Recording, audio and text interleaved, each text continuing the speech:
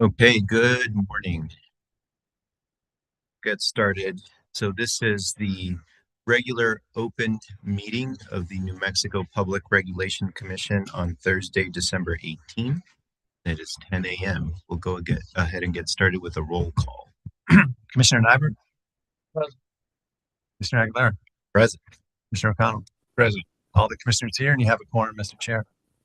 Thank you. Next, the Pledge of Allegiance and State Pledge. I pledge allegiance to the flag of the United States of America and to the republic for which it stands, one nation, under God, indivisible, with liberty and justice for all. With the flag of the state of New Mexico be a symbol of perfect friendship among the united cultures.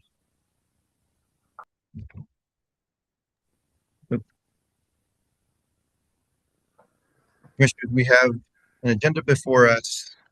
Are there any suggested changes to the agenda? Not seeing any, so we'll go ahead and approve the agenda with a voice vote. All in favor, say aye. Aye. Aye. Okay. There's 3 ayes and nobody opposed. So we'll move on to the announcements. So I have a few announcements.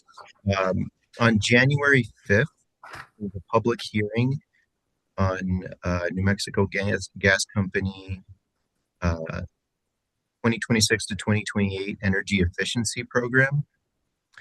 And the docket for that is 2561. The hearing will be virtual.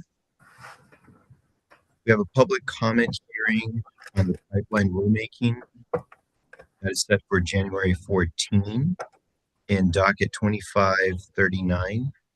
And public comments can be made virtually during that hearing.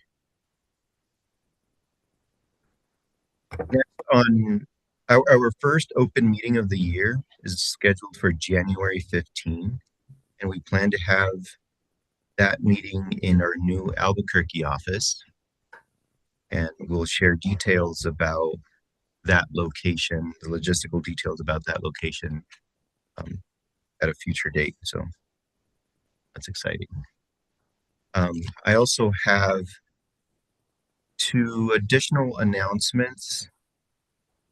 The commission had noticed and scheduled a closed meeting for yesterday at 9 a.m. and that was in docket 2560 UT, which is the NM acquisition application. However, the commission did not hold a meeting discussing the merits of the case and instead canceled the meeting. Separately, on December 15, the commission held a closed meeting, which was closed pursuant to NMSA 1978, section 1015(1)(h)(2), concerning limited personnel matters. The meeting was to discuss the interviews and candidates for the chief hearing examiner position. So I affirm for the record that the matters discussed in the closed session were limited only to those specified in the separate notice. The agenda for the closed meeting, I affirm that no final actions were taken in the closed meeting. So, commissioners, those are the announcements that I have. Do you have any announcements?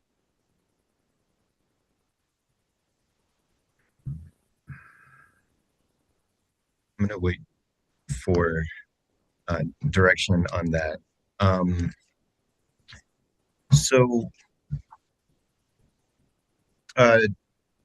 Seeing no additional announcements, we'll move on to public comment. Is there anybody here in person wishing to provide public comment? We do have a few hands up, so maybe, ma'am, toward a little bit in the back. I saw your hand first, so maybe we can start with you. Yes.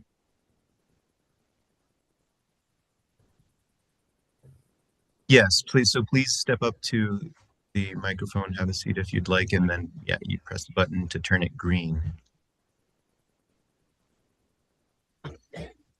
Manage a bit of technology this morning. All right, Chair, Commissioners, thank you very much for the opportunity to speak. My name is Dr. Elizabeth Holland. I'm a child of New Mexico, grandmother, distinguished research fellow, director of research for Island Power, a customer of New Mexico Gas. Like you, I rely on these utilities every day. Thank you for your service on our behalf. You have a difficult job. Today, I urge you to reject Bernard Capital Partners' acquisition of New Mexico Gas Company. Chairman Aguilar, you face a crucial decision. Can you trust New Mexico's future to a private equity firm whose model is based on financial engineering, political influence, and maximizing short-term returns? Let's look at 5 key factors used in PRC evaluation. The benefits to customers. The applicants offer only marginal temporary rate benefits while imposing long-term risks. Reports show that private equity and large data centers often make energy less affordable and reliable for ordinary customers, shifting costs onto ratepayers. Where is the long-term evidence that customers will pay less and be better served under the BCP ownership? Preservation of PRC oversight. Private equity structures are opaque, making regulatory oversight more difficult. BCP's ownership record has not been fully disclosed, and critical evidence has been withheld. Our representatives and Attorney General's office have highlighted this in the last week.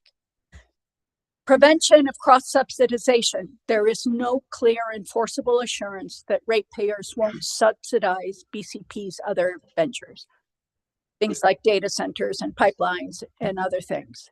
Quality of service. BCP's limited utility experience, occasional failures, and reliance on aggressive cost cutting offer little confidence in their ability to provide reliable, affordable service. Private equity-owned utilities elsewhere often increase debt and raise rates with risk of bankruptcy, which is no recipe for quality service in a state with high energy burdens.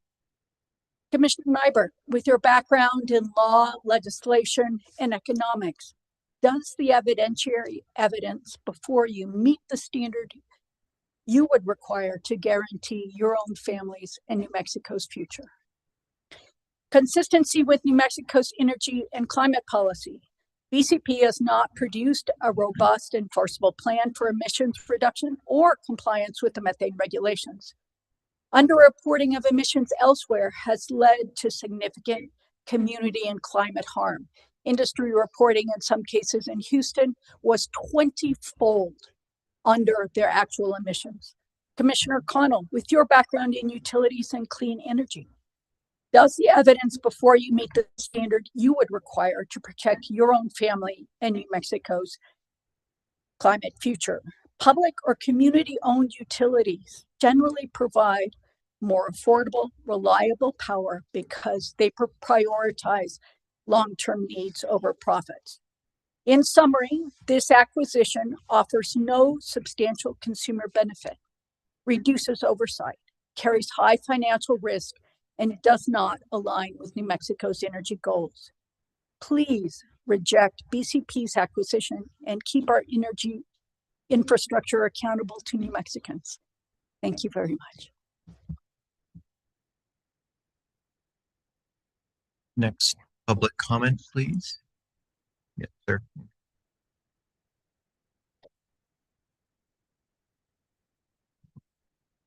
Good morning, Commissioners. Thank you for the opportunity. Many states don't provide such public comment opportunity in such proceedings. I appreciate it very much. My name is Shane Woolbright. I live here in Santa Fe. I moved here 13 years ago.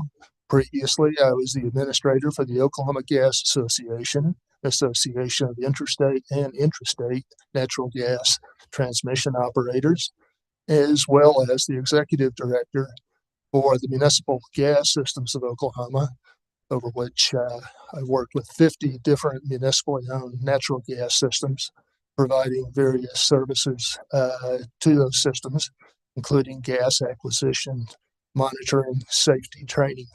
When I first got out here, I had a few meetings with your pipeline safety office. I was really impressed It's actually better operated than some similar states.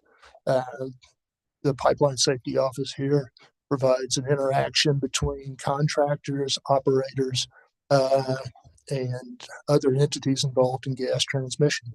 Does a very good job, and they have more to say grace over than what they have people for most of the time. Our current gas system is good for consumers if you compare it with other states, which is what my background is.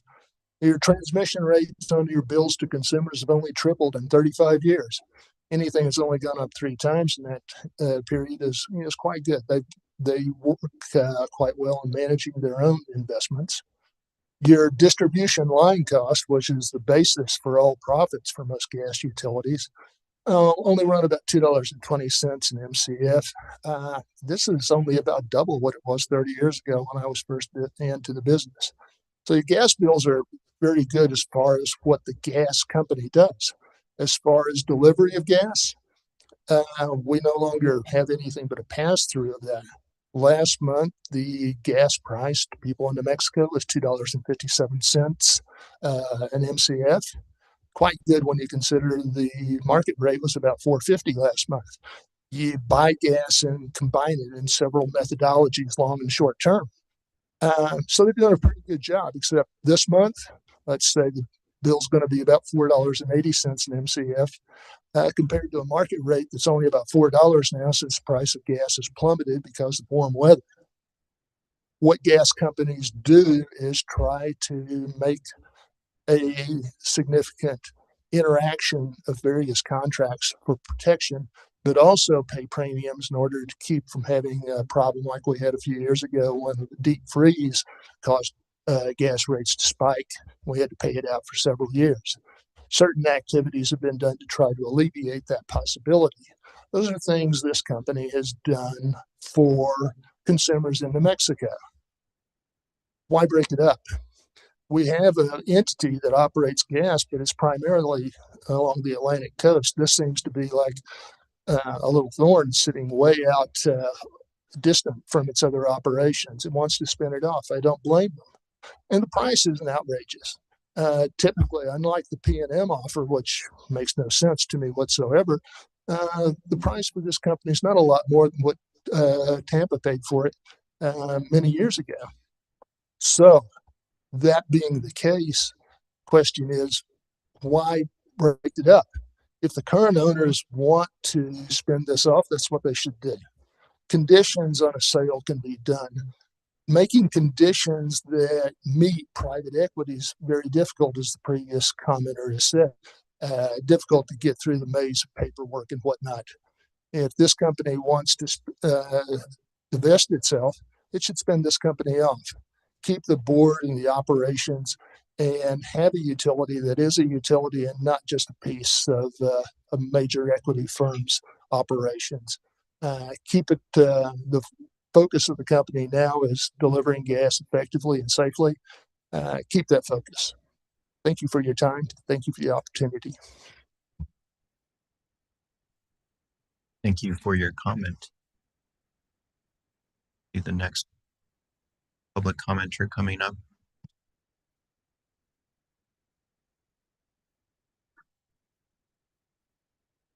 Good morning. My name's Chris Jones, citizen of Albuquerque. Thank you for taking my comments. Appreciate it. Bernhard Capital Partners has argued that other business operations, business operations, should not be considered or reviewed by the PRC. Lacking direct relevant experience in operating a utility like New Mexico Gas, it seems all the more important to review the other businesses run by BCP and its affiliates. But my question is, why? Why do they want to keep such information from consideration? What are they hiding? If their other operational records were exemplary or even just adequate, would they not be touting such a record? They might even put it in their application. Look at what we can do. Please consider us. But they didn't do that. Instead, they fought to keep PRC and the public from discovering the record on environmental standards, labor relations, workplace safety, customer service, regulatory compliance, fines, lawsuits, and whatever other information the public and the public's ability to adequately evaluate their application. Transparency on these issues and others is critical to protecting the 1.3 million New Mexicans who depend on New Mexico gas, because we are not really customers in the end, but are captured subjects. There are no other options for us, as you know. So if transparency matters in operations and in dealing with the PRC, if it is a requirement, then Bernhard Capital Partners has failed right away, and they have failed right out of the gate. Do you think that they're going to become more transparent in 2 or 5 years? But BCP is no different than any other private equity operator. Private equity is designed to be non-transparent. Private equity sees opaqueness as a feature. Non-transparency is foundational to private equity. The myriad layering of interests interlocking through holding companies, subsidiaries, partnerships, and undisclosed stakeholders all are designed to obfuscate, skirt, and evade regulation, oversight, accountability, and liability. Based on this alone, you should disqualify the application for the purchase of New Mexico gas by Bernhard Capital Partners. Thank you very much. You, Good morning, Commissioners. Thank you for hearing us. My name is Sharon Argenbright. I am a 30-year plus resident of Santa Fe, New Mexico, a mom, a grandmother, a nurse of over 45 years, Masters of Science prepared, retired Air Force nurse. I am here to demand that you issue an order requiring BCP to produce a complete history of regulatory violations, audits, fines, or settlements at any company now or formerly in its portfolio. No reports to the SEC equals no accountability. How is the PRC going to do its job without public records to monitor BCP? Mr. Baudelaire's history of attempts at carbon capture and storage? Really? How passé? What are the customer benefits of transferring our critical public infrastructure to private equity? A rate freeze?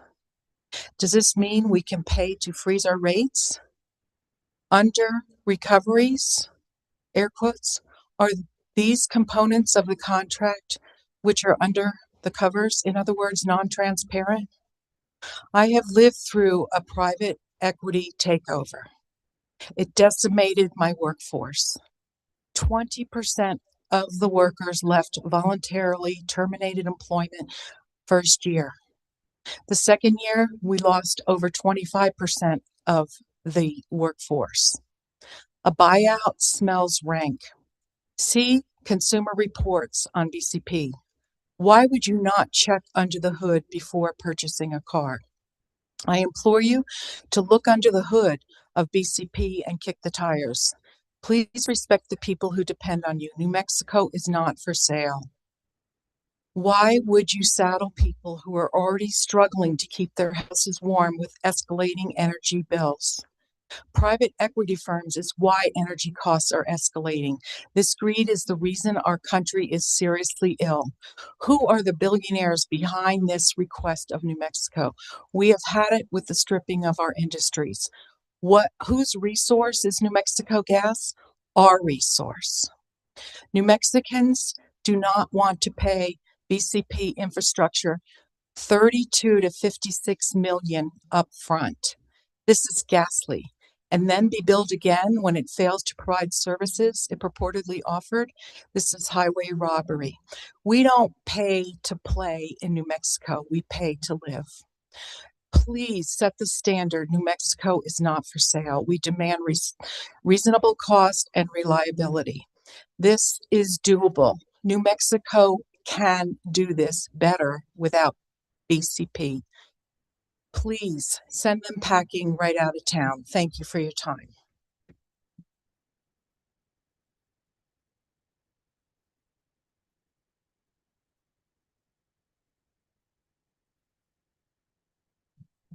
Good morning, commissioners.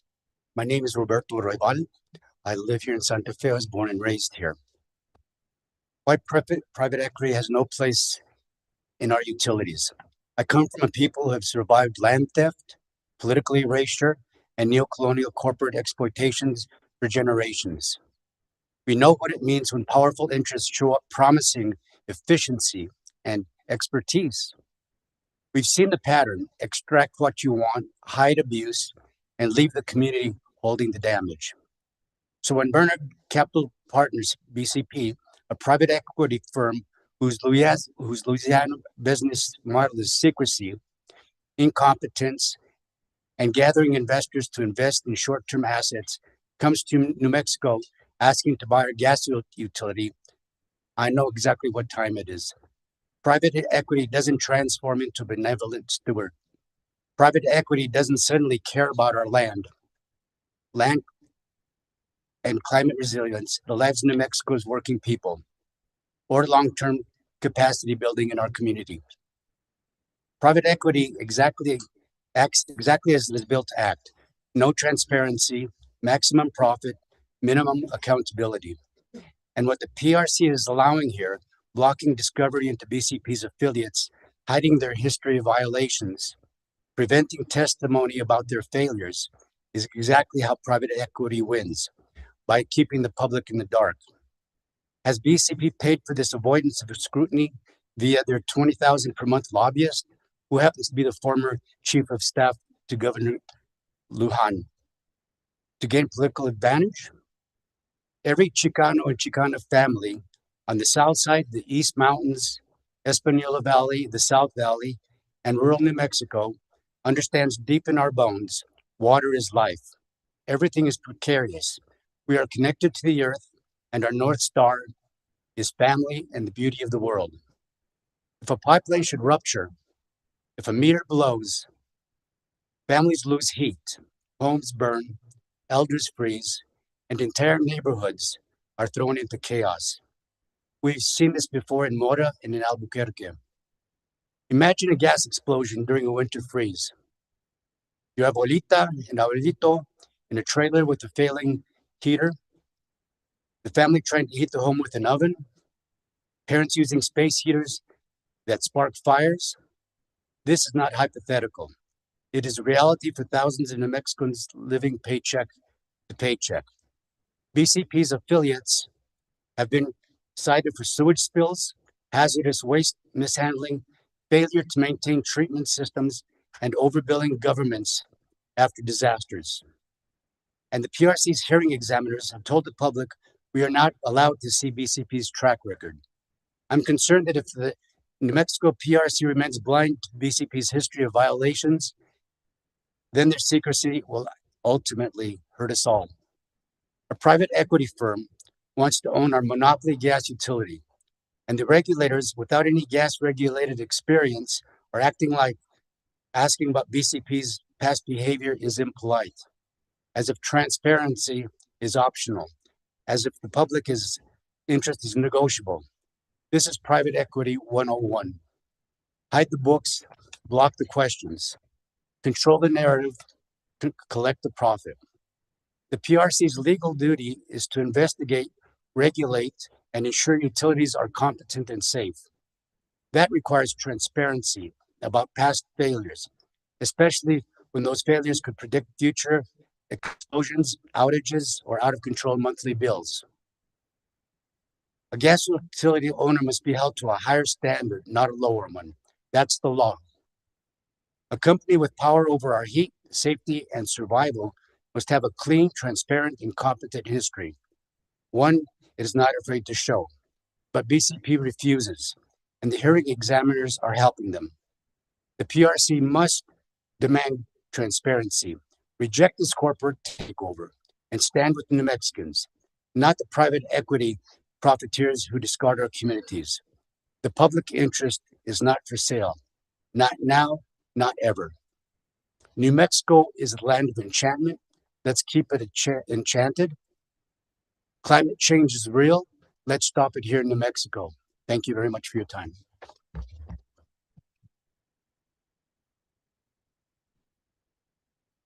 Thank you. Do we have any other in-person public comment?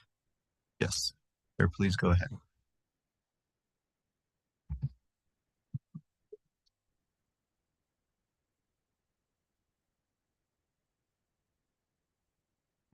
Thank you. Good morning, commissioners. My name is Tim Buxton. I live in Albuquerque and my family are New Mexico Gas customers.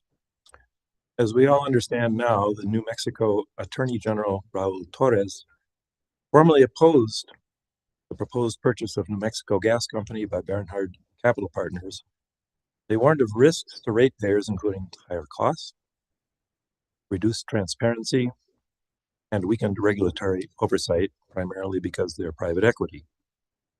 As a customer, I also oppose this purchase because of the many undeniable problems inevitable under private equity ownership, and I sincerely hope that you, as a commission, will oppose it as well. You, of course, have read the Attorney General's finding, but I wanted to highlight quickly what stands out to our family. The finding highlights that Bernhard's short-term investment model and reliance on private debt could pressure the utility into raising rates. Not only that, but New Mexico Gas has for years provided helpful cash incentives for the purchase of high-efficiency furnaces, so the customers burn less gas. Customers then save money, and they put out less climate-threatening carbon dioxide.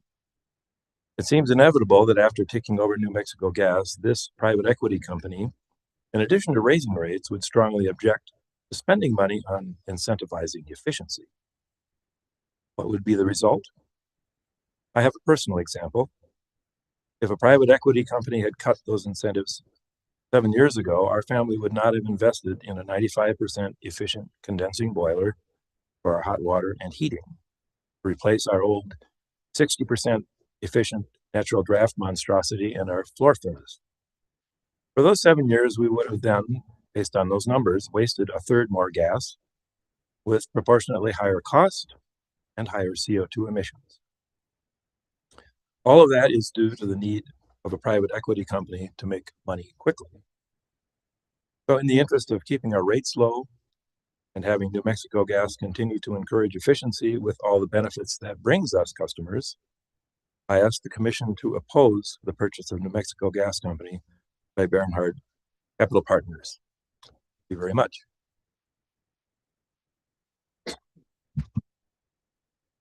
Thank you for your comment. Any other in-person comment? Yes, we have one right here.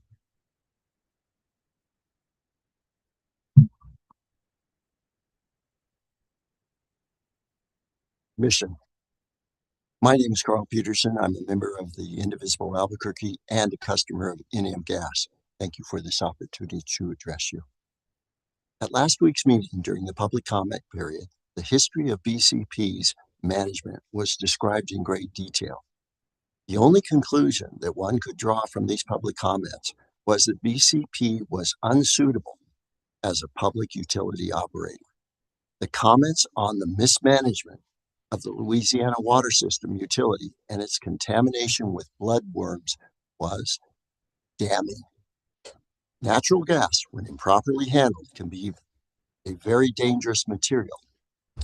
In 2020, there were 1,200 natural gas explosions, NGEs, in the United States. This caused 20 fatalities and 200 injuries. This data is according to World Metric Org report May 1, 2025. 80% of the NGEs were related to pipeline failures. 65% were related to human error.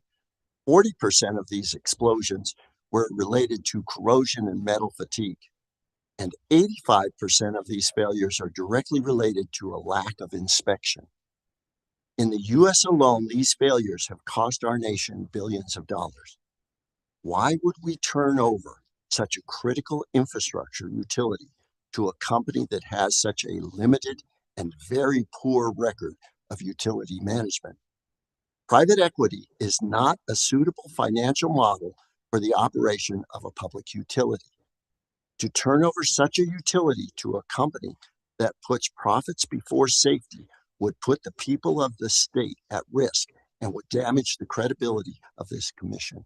Thank you very much for your time.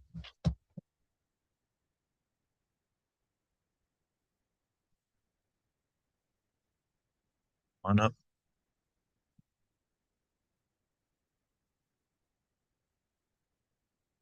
Morning. My name is Wendy Volkman. Thank you for taking our comments today. I think you're getting quite an earful, and I'm here to add to that earful. I'm against Bernard Capital Partners' purchase of New Mexico Gas Company because private equity ownership of utilities that serve the public leads to nothing but trouble, from what I can see. Consumers end up paying more for less reliable service. And private equity business practices are so strongly skewed in favor of shareholders over consumers. In New Mexico, we balance the public's interest with shareholder profit. To that end, BCP should be subject to a thorough verification of its qualification and financial health and the projected outcomes of their prospective ownership. We need a full history of BCP's operational practices and their experience, and a comprehensive history of compliance, including but not limited to violations, fines, penalties, and regulatory failures. Until we have that information, I just don't see how the PRC and other parties can properly or effectively evaluate BCP as a potential buyer. We need a lot more information about BCP, information that the hearing examiners strangely did not allow. Not only did the hearing examiners not allow discovery about BCP's compliance history, they excluded testimony of utility law expert Jesse George. They prevented cross-examination of BCP's payments to a lobbyist who used to be a top advisor to our governor, prevented cross-examination about more than 100,000 in campaign contributions BCP made to Louisiana officials before they approved a deal in that state. And they prevented deposition testimony of BCP Senior Managing Director Jeffrey Baudier. Or maybe it wasn't just strange. Maybe something is just plain amiss. Please do right by all New Mexicans. Take a deep look at Bernhard Capital Partners in particular.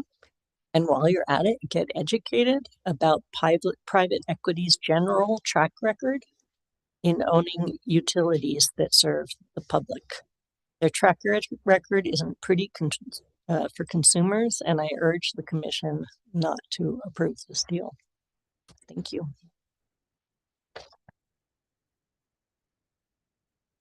Thank you. Any other public comment in person? Patrick, do we have anybody online? Yes, Mr. Chair, we have quite a few online. Okay. Yeah. And I'll call them out one at a time. And for those online, providing comment, please state your full name. We'll start with Bill Bowman. Yeah, Bill Tallman.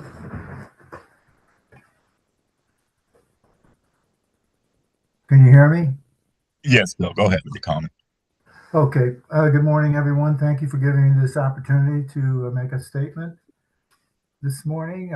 I wholeheartedly and strongly oppose the BCP takeover of the gas company for several reasons. Number one, they have no or very little experience in operating a gas utility. Number two, they have not been forthcoming with all the information needed to make a decision. Number three, a thorough vetting of BCP has not been conducted. And number four, BCP is attempting to buy New Mexico Gas and lock New Mexico into decades of continuing our climate destroying dependence on gas infrastructure. And Blackstone, the world's largest private equity firm, wants to buy P&Ms so they can supervise the grid on the backs of New Mexico ratepayers in order to profit from the sale of our energy resources across the West, as well as build their AI data center empire. You know, it's bad enough that we allow publicly owned companies to own and operate electric and gas utilities. Now, to make the situation even worse, we are facing the possibility of our gas company being acquired by a private equity firm. I was a city manager for, assistant city manager over 35 years in 5 different states. I've lived in New Mexico for 20 years and I'm former state senator. I was city manager of 2 cities that owned and operated their gas and electric utilities. The citizens took great pride in their ownership and operation of both utilities. Our rates were cheaper than the surrounding investor-owned utilities. In my world, it should be this way all across the United States. In America, do we have to make a profit on everything, especially public utilities? It certainly looks that way. Now, recently I came across a research project from the Private Equity Stakeholders Project entitled Wall Street's Gas Addiction Fuels the AI Boom and Derails Climate Progress. Their research revealed that the world's largest private equity firms collectively owned or financed nearly 60 gigawatts of gas-fired power capacity, producing an estimated 82 million metric tons of greenhouse gas emissions. You know, while most of the nations across the globe are trying to get private finance to fund a clean energy future, private equity's growing gas empire shows how Wall Street capital is instead steering billions toward fossil expansion, undermining climate goals and prolonging pollution. Gas plants owned by private equity are substantial contributors to climate change and public health costs, said Alex Hurley, project manager of the Global Energy Monitor. Understanding who finances these plants is a critical step toward accountability. The report goes on to state that private equity's gas assets are increasingly intertwined with the rapid expansion of artificial intelligence and data centers. As demand for electricity surges, private equity firms are not only financing the data infrastructure that powers AI, but they are also buying the power plants that keep it running. In conclusion, PCP don't care about New Mexicans and their customers. They just want our gas to power their data centers. PCP has no business buying our gas company business. Thank you very much. Thanks for the opportunity. Happy holidays.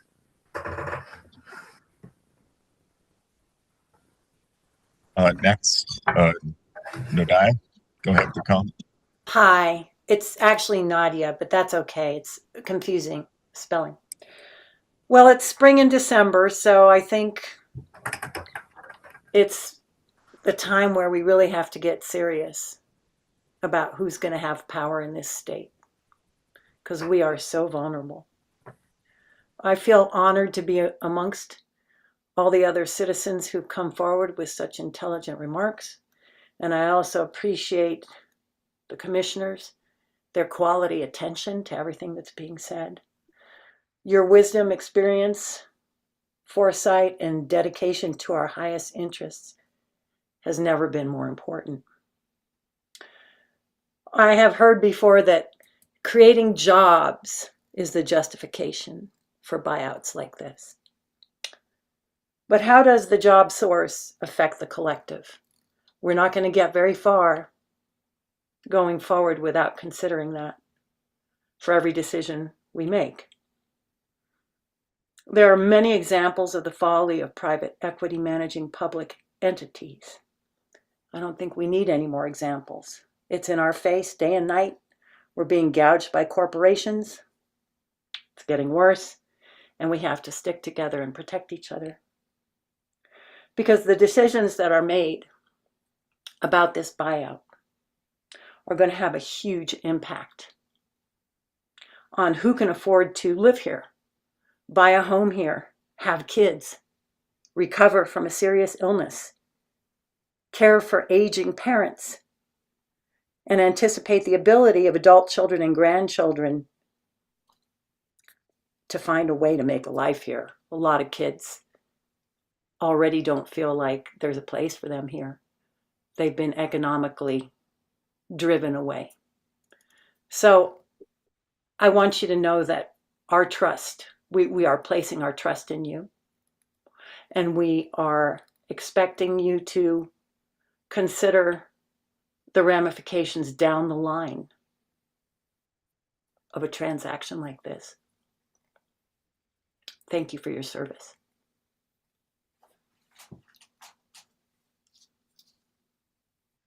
Next, Leandra Schiller.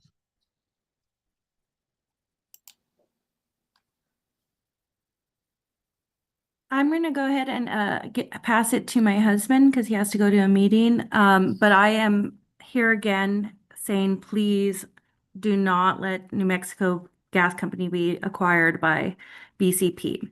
Thank you. And here's my husband, Ted. Hi, I'm Ted Schuler Sandy. I'm a New Mexico resident living in Albuquerque and have lived here my whole life. I would like to just add a couple of data points for you to consider in this merger. Since we're talking about a utility acquisition, it's important to know what will happen to the rates for local residents that are using this utility and indeed depend on it for heating our homes. We are not the first utility that BCP or Bernhard Capital Partners would have purchased, but other ones that they have purchased have seen significant upticks in their rates, even with agreements in place to freeze rates in the past.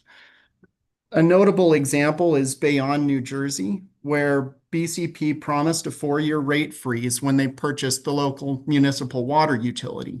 However, what happened is shortly after the deal was closed, they raised rates anyway. And what we ended up seeing there is that rates went up so high that residents went into deep debt in order to try to afford to pay for simple water. Now, after that, residents started getting liens placed on their homes and threats of eviction from that result. In the meantime, BCP also required the city to spend well over $150 million in infrastructure maintenance and improvement, despite their own ownership of that. This has generally not led to positive results for Bayonne, and indeed shows that BCP has no interest in the effects of its acquisition on our citizens and residents. And to add another data point on data centers specifically, rates for residents that live near data centers for electricity have gone up significantly, up to 267%. Now, I don't believe any New Mexico resident could afford that, and certainly the majority of our residents cannot. So I oppose this acquisition significantly because I do not understand how we could maintain fair and reasonable rates while allowing increases like that to be a potential path in our future. Thank you.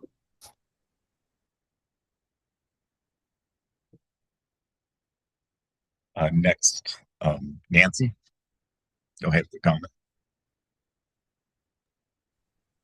Good morning. My name is Nancy Yun, and I live in Bernalillo County, New Mexico. The only legal role of private companies is to maximize profits to their shareholders. This is not the case for public utilities, which, by definition, are entities created to serve the public, necessarily considering the best actions to maximize the public good, meaning the good of the entirety of the public. The public pays the utility a rate defined by legislation. Legislators are elected because they are trusted to keep the public's best interests in mind when they do their job properly. By allowing private equity to take ownership of a public utility, it ceases to be a public utility. If PNM is to remain a true public utility, it must be operated for the good of the people of New Mexico, not abused to line the pockets of private owners whose interests lie not with their customers, the residents of New Mexico. Please keep public utilities in New Mexico public. Thank you.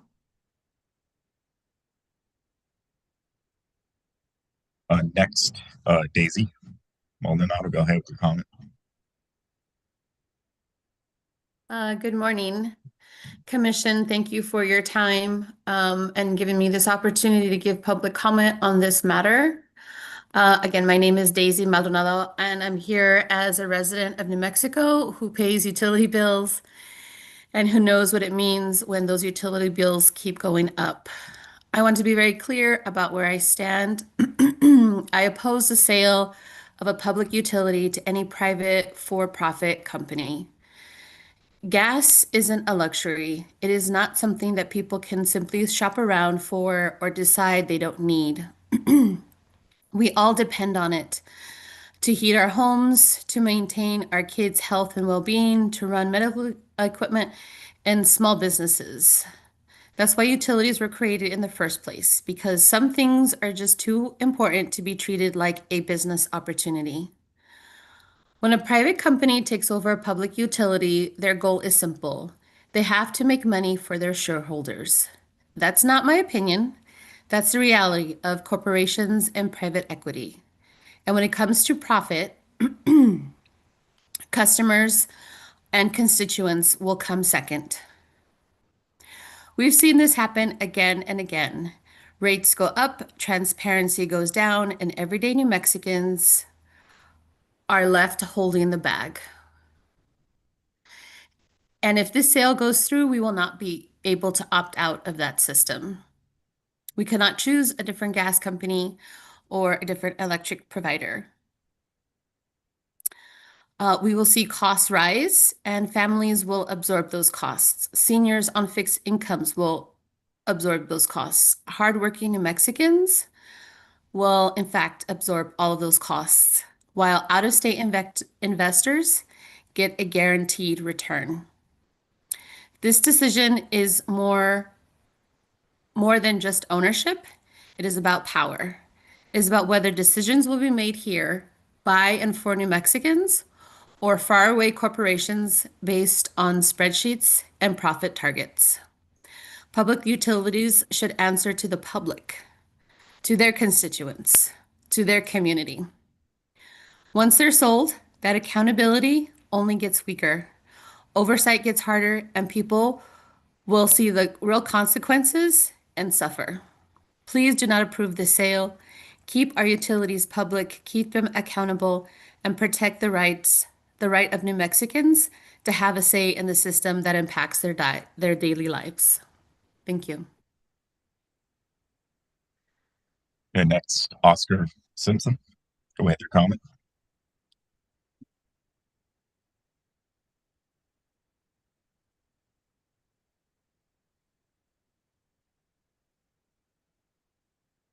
Oscar, are you there on Zoom?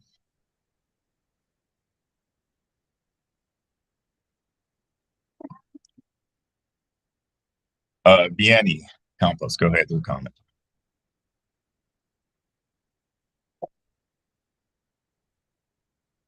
Hi, can you hear me? Yeah, go ahead with your comment. Good morning, commissioners, and thank you for the opportunity to speak. My name is Vianney Campos, and I'm here today on behalf of Earth Care and the thousands of families, youth, elders, and working people we serve across Santa Fe and northern New Mexico. Our communities are struggling. Every month, our members sit at kitchen tables deciding which bill to pay late, how to stretch food a little further, and whether they can afford to heat their homes as winter gets colder. Gas bills have been already risen sharply in recent years. People are hurting, and for many of our families, especially elders, single parents, and low-income households, New Mexico Gas Company is not just a utility. It is a lifeline. That is why this decision matters so deeply. When we talk about the PRC's responsibility to evaluate a buyer's qualifications, we are talking about the well-being and safety of real people, not abstract rate cases. Yet in this proceeding, the hearing examiners barred critical evidence about Bernard Capital Partners' past performance, regulatory violations, audits, and operational history at the companies it owns, accepting the company's claim that this information is third-party discovery. But BCP is a private equity firm that avoids public reporting requirements, and its record is exactly what must be scrutinized before they are allowed to own a monopoly utility serving 550,000 New Mexicans. Our families deserve to know whether the company being handed control of their gas service has presided over failed projects like Petronova, which lost more than $310 million in public funds, overseen utilities cited for water contamination concerns, or come from a corporate lineage previously audited for fraud and waste after federal disaster response contracts. They also deserve to know why BCP refuses to disclose its investors or answer basic questions about regulatory compliance. Meanwhile, BCP is offering New Mexicans a temporary $3.39 monthly credit pocket change while expecting to recover between $150 and $150 and $200 million in future rate increases from our communities. That is not a benefit, that is a warning. For families already living on the edge, higher rates and reduced service reliability are not acceptable risks. The PRC's duty is to protect them, not to fast track a private equity takeover without the full evidence required to make an informed decision. We are asking you respectfully but firmly to ensure that all information about BCP's track record is entered into the record, reviewed, and considered. Transparency and due diligence are the bare minimum New Mexicans deserve. Our communities rely on you. Please protect them. Thank you so much. Okay, and on Zoom, there's a phone number that's 505-328. Are you here for public comment?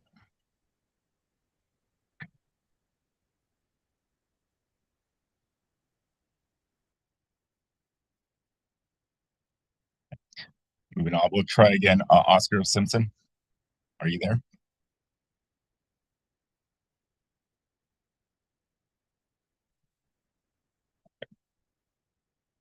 Mr. Chair, that was the end of public comment online. Okay, thank you. And just double checking in person, is there any other public comment in person? Okay, I'm not seeing any. To the next agenda item, which is Employee of the Month, and that is my privilege this month.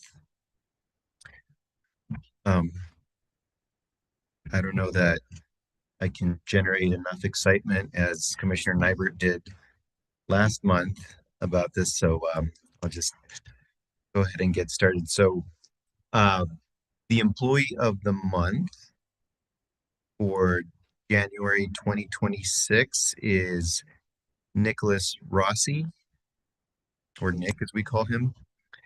So Nick is an attorney in the legal division, and he has been at the PRC for a year and 9 months. So I'll go ahead and read the nomination. It says, Nick is a steady and reliable presence at the commission, and his judgment and willingness to step in when needed to make a real difference in our day-to-day work. He has supported staff on some of the most complex and visible matters before the commission, always with a focus on doing things the right way and helping others do the same. Nick does his homework, he communicates clearly, and he looks out for his colleagues in the commission.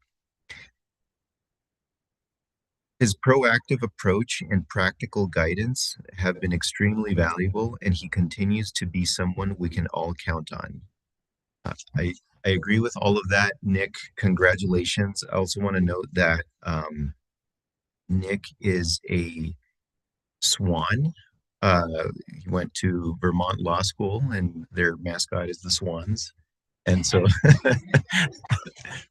which is the same law school that my wife went to, and I've happened to make a lot of friends from Vermont Law School, and they've told me that I am considered an honorary Swan. So, go Swans, and congratulations, Nick.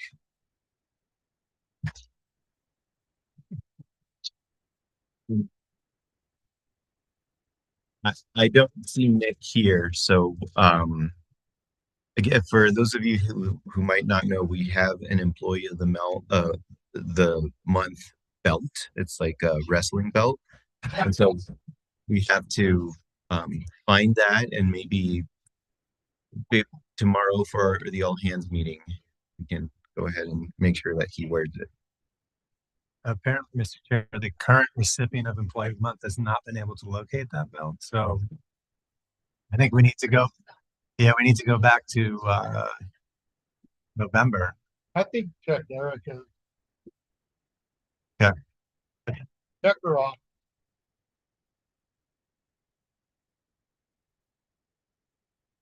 Next on the agenda, we have the approval of prior meeting minutes. So we have minutes for a regular open meeting that occurred on November 25th, 2025. Commissioners, do you have any changes to those minutes, or is there a motion to approve them? I move to approve the November 25th, 2025 minutes. I'll second, and just want to make sure that there were no changes. No? Okay, so we'll go ahead and take a vote. Commissioner O'Connell? Aye. Commissioner Aguilera? Aye. Commissioner Nyberg? Yes. The motion to approve the minutes as presented from the November 25th, 2025 regular open meeting passes unanimously, Mr. Chair. Thank you. Next on the agenda, we have the consent action items. We have 4 items on the agenda. Commissioners, is there any discussion on those items? Yeah, I just wanted to take a minute to acknowledge the testimony that Edison Jimenez and Darren Zigich provided in case 250048. It was an uncontested application, and the proposal is to adopt the application, but that doesn't mean that the application wasn't scrutinized, and I thought both of the staff witnesses raised very important questions, and they were considered. And so just in the ongoing improvement of the agency, when I see that, I want to make sure I acknowledge it.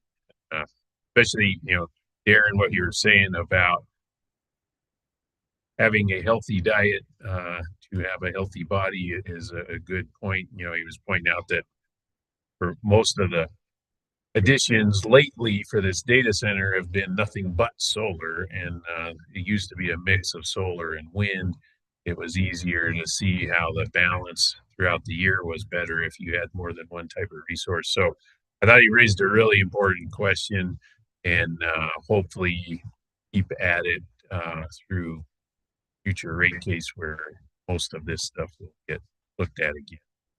Anyway, thank you for that, Chair. I just wanted to call out Edison and Darren on their good work on it. I absolutely agree with the work that staff did on that case. They did an excellent job. Thank you. So, seeing no additional discussion, I will move to approve the consent action items. Take a vote. I have a motion and a second. Commissioner O'Connell? Yes. Commissioner Aguilera? Yes. Commissioner Nyberg? Yes. Motion to approve the items in the consent action agenda passes unanimously, Mr. Chair.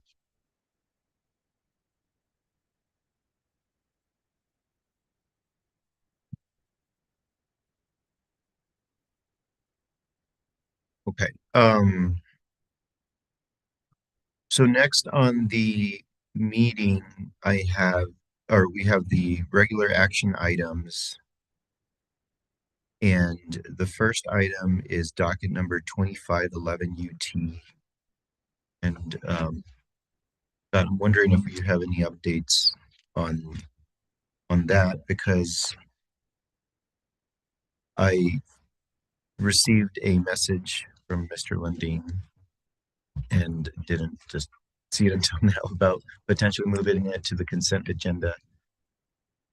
I believe that Mr. Lundin is on Zoom. He was ill today, so he wasn't able to come up. But he was on Zoom when we started the meeting. So I am here, Oh, Commissioners. okay. Thank you. Okay, so then, sorry for the confusion. Yeah, so the first item is docket number 2511 UT.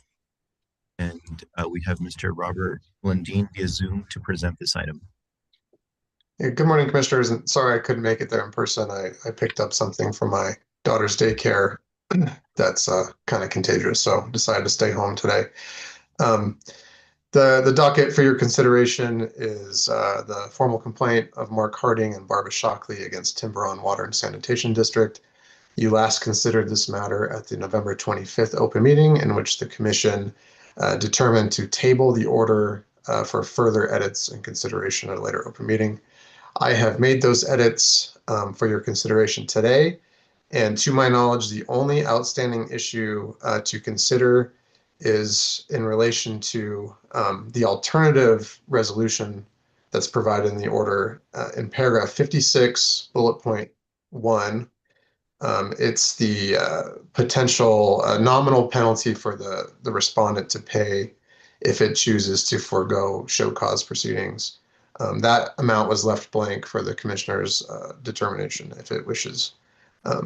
But to my knowledge, that's the only outstanding issue to discuss today. So I stand for any questions. Thank you.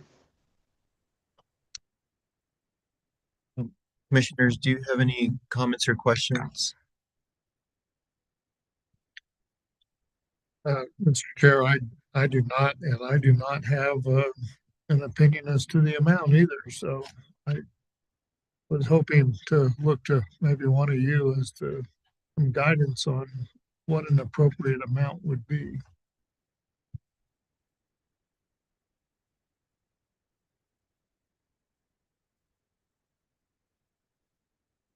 Also noting that Tiburon probably is not in a position to withstand much of a penalty.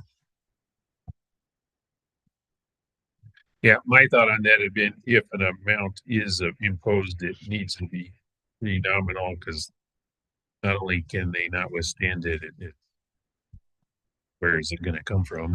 It's going to come from the people that need better service than they're getting, right? So, And they have lots of repairs that they need to attend to. yeah, They're losing the majority of their water.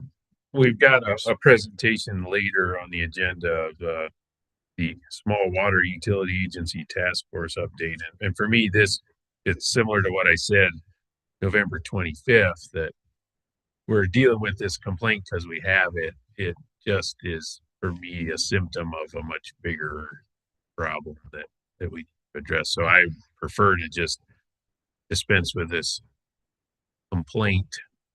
And I appreciate Mr. Lundin's work and your work, Commissioner Nybert, in redoing the order after the November 25th meeting. But for me, it's if a penalty amount is required, I would say $100. And just to be clear, this is if they're electing to pay the penalty and avoid future proceedings. Yeah, I mean, regulation's about incentives, right? And so what's the better incentive to do? And I think it's going down the road to seeing what else maybe should happen down there, like maybe, like I said, on November 25th, receivership or other tools that are available to get this utility back on a good track, if it ever was on a good track. Okay, so we have an amount proposed, and I don't have any objection to that. I don't Commissioner Nyberg doesn't either.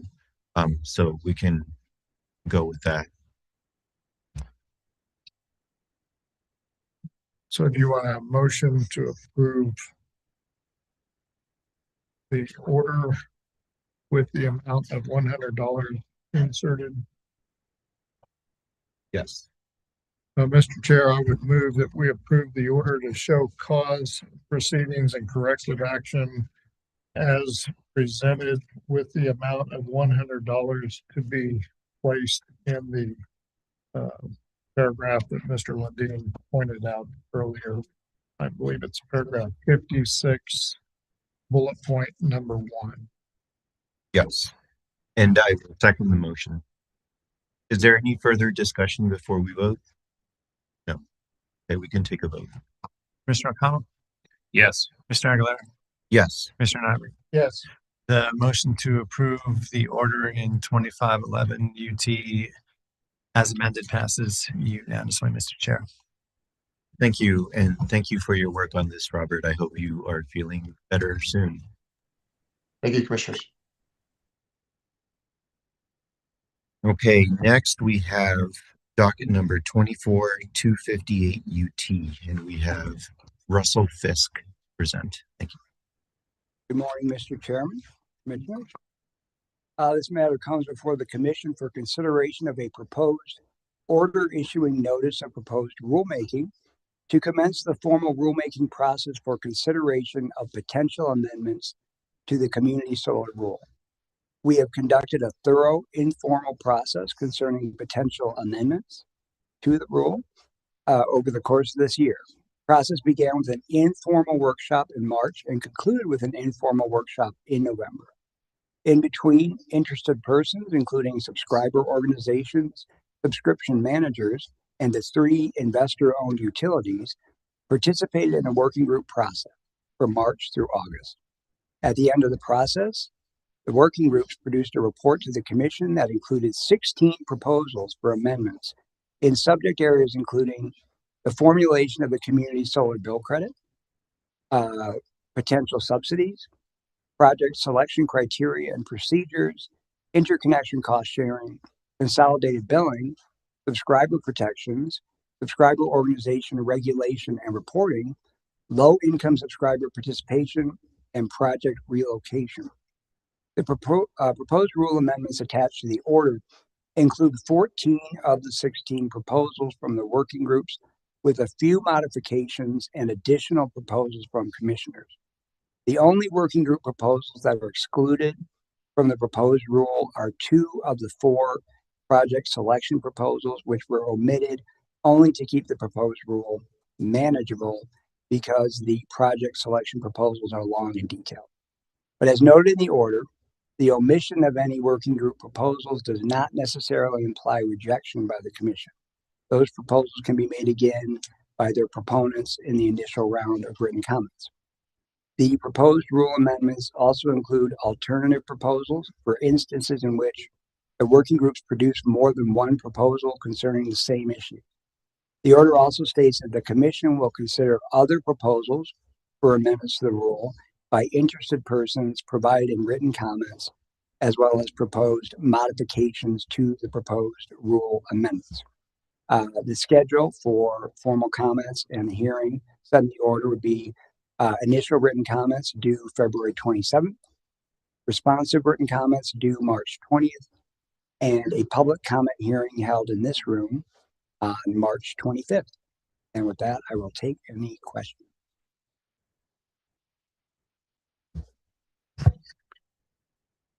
Mr. Chair, I don't have really any questions. I do want to make a few comments, and number one, to thank Russell for all of his work on this. I know it's been a long road in working with the work group and then working with us to get us to this point.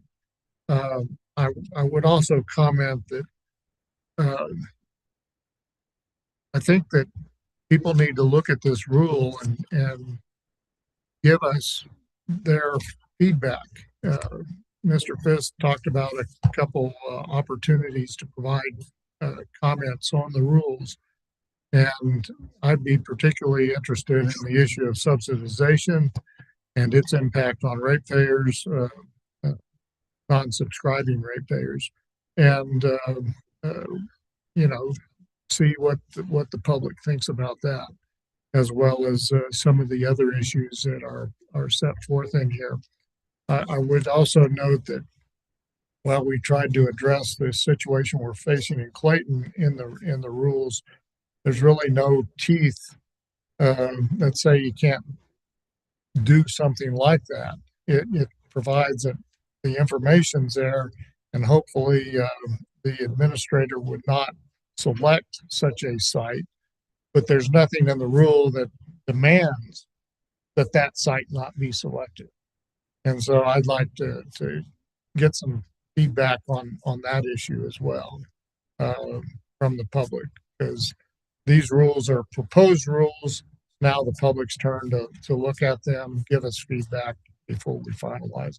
So encourage people to look at the rule and provide that feedback at the opportunities in February and March, as stated earlier. Thank you, Mr. Chair. Well, thank you for those comments and for the presentation. I just had a few comments on the format, I guess, of the NOPR. And so the sort of kind of what we've done here is we've taken the work that the working groups came up with, and that's extremely valuable to have the different interests come together and propose something to us. They also gave us different alternate proposals, which is fine as well. And in here, we're essentially providing all of those proposals back to the working groups, and we're asking for comment because we need to do that for the process. And I see why we're doing that here, because as opposed to a different approach, which could be for us to maybe eliminate some of those alternates and narrow it down further. I think that probably would be more helpful and get us closer to a more finished product that would generate more robust comments on it. But that would have taken longer. And I don't think we have very much time with this rule. I think we need to continue to move forward. And so that explains why we have an order that presents back to the working groups and other stakeholders the proposals that came to us. Similar to Commissioner Nyberg, really want to hear which proposals or which pieces of proposals the commenters have. I think if you compile the actual language and present that in an exhibit to the comments, I think that would be very helpful for us. So thank you, to the working groups and to our staff here who's been working on this. Those are the only comments I have. Is there any other discussion before we vote on this? Yeah, I'm not seeing any other discussion, so I will move to adopt the notice of proposed rulemaking presented to us before us today. Second. Motion and a second, so we'll go ahead and vote. And Mr. Chairman, just to clarify, it's also an order issuing that NOPR. Yes, in the order issuing the NOPR. Commissioner O'Connell? Yes. Commissioner Aguilar? Yes. Commissioner Nyberg? Yes. The motion to approve the order in 25-258 UT passes unanimously, Mr. Chair. Thank you. So Mr. Fisk has the next two items as well. So the next one is docket number 24-260 UT. Thank you, Mr. Chair. This matter comes before the Commission for consideration of the sufficiency of El Paso Electric Company's Integrated Resource Plan, or IRP, From February through August, EPE participated in an extended stakeholder engagement process facilitated by GridWorks. 112 stakeholders from 76 organizations participated as well. On September 2nd, EPE filed its IRP, covering a planning period from 2026 to 2045. The IRP addresses challenges as described by EPE, including significant load growth, an aging thermal fleet, and New Mexico's increasing clean energy mandates. EPE states that to meet these needs, additional generating capacity is required immediately. Until new large-scale resources can be secured, EPE will rely on short-term energy purchases, delayed retirements, and resources selected in previous RFPs. The IRP included 3 forecasts for additional capacity needed, ranging from 537 megawatts in 2045 for EPE's baseload forecast to 1,692 megawatts if potential large load customers are added. The commission received public comments from former Commissioner Stephen Fishman, Randy Rankin, Philip B. Simpson, and the Coalition for Clean Affordable Energy. Among the issues raised by the commenters concerning the IRP were concerns that EPE's planned reliance upon short-term energy purchases would lead to high costs for customers, and that the potential interconnection of large load customers could harm grid reliability.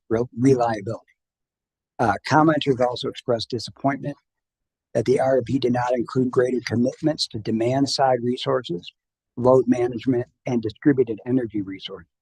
In its response to the comments, EPE countered that there was insufficient evidence and an insufficient track record concerning some of these resources to place significant reliance upon them in the modeling process.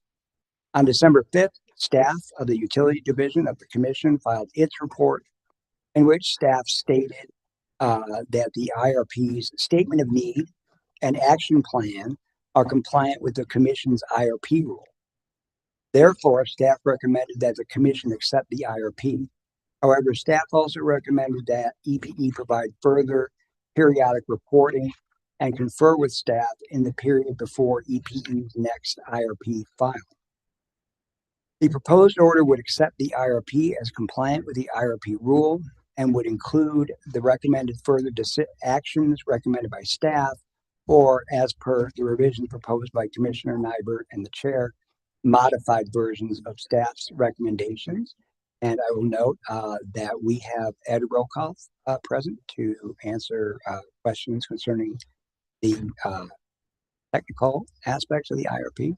I, of course, can answer legal questions. Okay, thank you for that presentation. Yeah, thank you, Russell. I won't ask you about square root of -1, but that's I. That's an imaginary number. And no, I asked that staff be here today because I went through staff's report and recommendation, and it was, I thought, well done and also interesting. And I had a couple of questions that hopefully they could answer, but he hadn't come in the room. Before we get into that, just want to cut any drama. I agree with the proposed order here. It's more about what happens after the IRP and understanding how IRP fits with what's going on. So I tried to, I warned Russell that I had some questions for staff, so he worked with Utility Division staff. So apparently that's resulted in slides. So go ahead.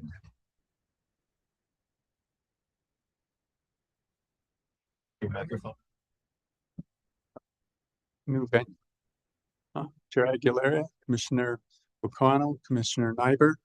I'm here today with Judy Amer, and I think we have Orland Whitney on Zoom to answer any technical questions. And today we're going to go over staff's report. Russell did a great job he provided an executive summary of what I'm going to present. So I'll move quickly and try not to duplicate anything that he says. But we're just going to go over our compliance conclusion, what staff's planning concerns were, our recommendations, and a quick discussion on the RFPs, and a one-page summary and questions. So guess we're on page 3 now. Thank you.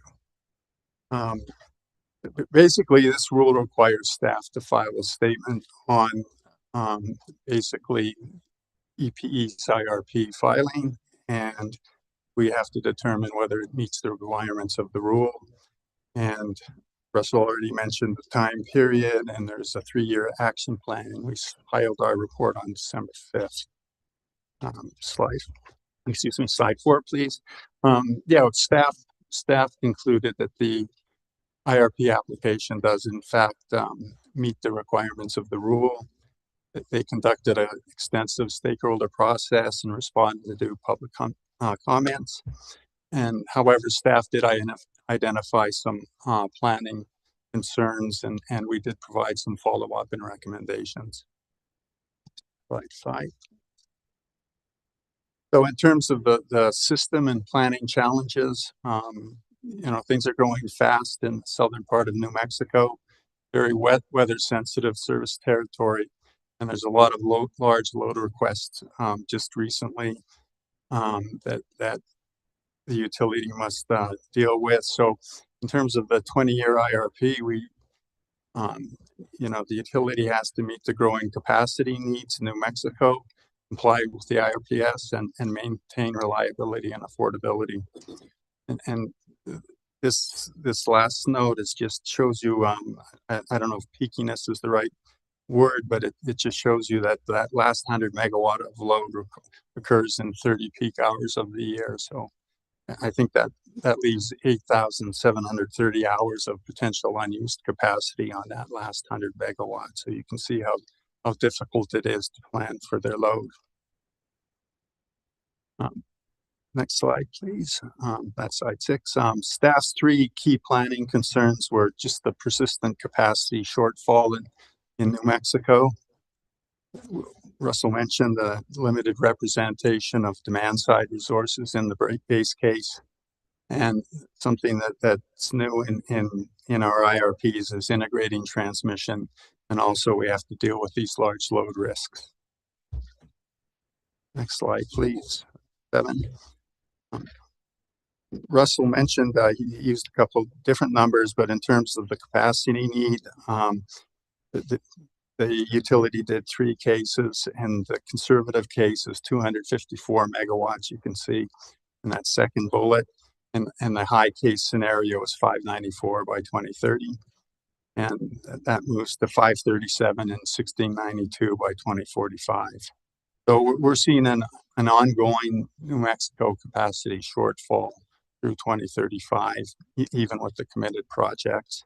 And this near-term gas is being addressed by the utility through short-term purchases, a little bit of delayed retirements. I think there's 11 megawatts there, and previously selected RFP resources, which are the Carne and Santa Teresa projects. But and unfortunately, it doesn't include load management resources.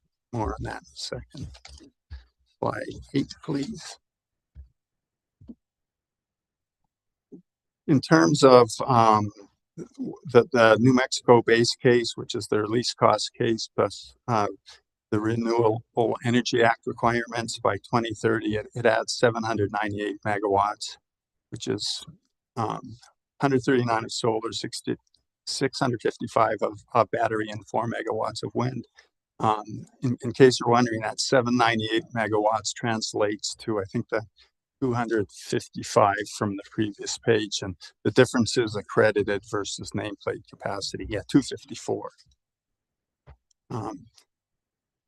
The stakeholders asked the EPE to run a number of portfolios through its model, and they included assumptions for new DR and time of use and distributed energy resources. And those model runs showed that there's a potential to perhaps reduce the amount of supply side resources from 703 to 420 megawatts, depending on the portfolio. So there's some significant savings if you add demand side, if it's modeled generically. And staff looked at EPE's recommendations in terms of whether these resources were ripe or not. and the conclusion was that there are insights, but they're really not ready to implement yet. The commercial technology is not quite available. The other piece in this IRP is we're looking at the utilities are all integrating transmission, grid enhancing technology, and trying to account for large loads. And on the transmission side, everybody agreed that the eddy tie was an important rebuild. And staff is certainly, we're certainly behind looking at transmission and demand side options, and we want to see them, as complementary tools, not either or. And we just want to see more of this in future IRPs. As far as very large loads, EPA has just launched its large load tariff working group to satisfy that requirement. Next slide, 10, please. Staff's recommendation were we wanted to have EPE meet with staff and produce a quarterly capacity and energy plan, and it would cover those 5 years, 26 to 2030.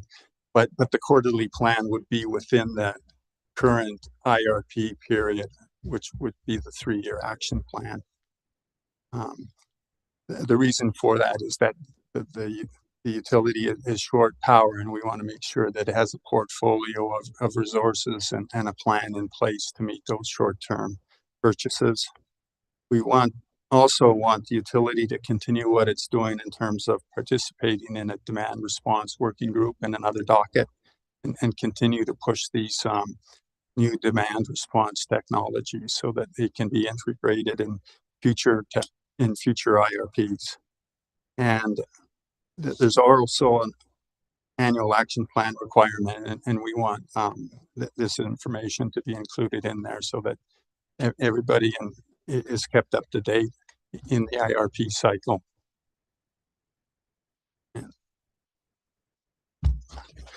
Slide 11, please.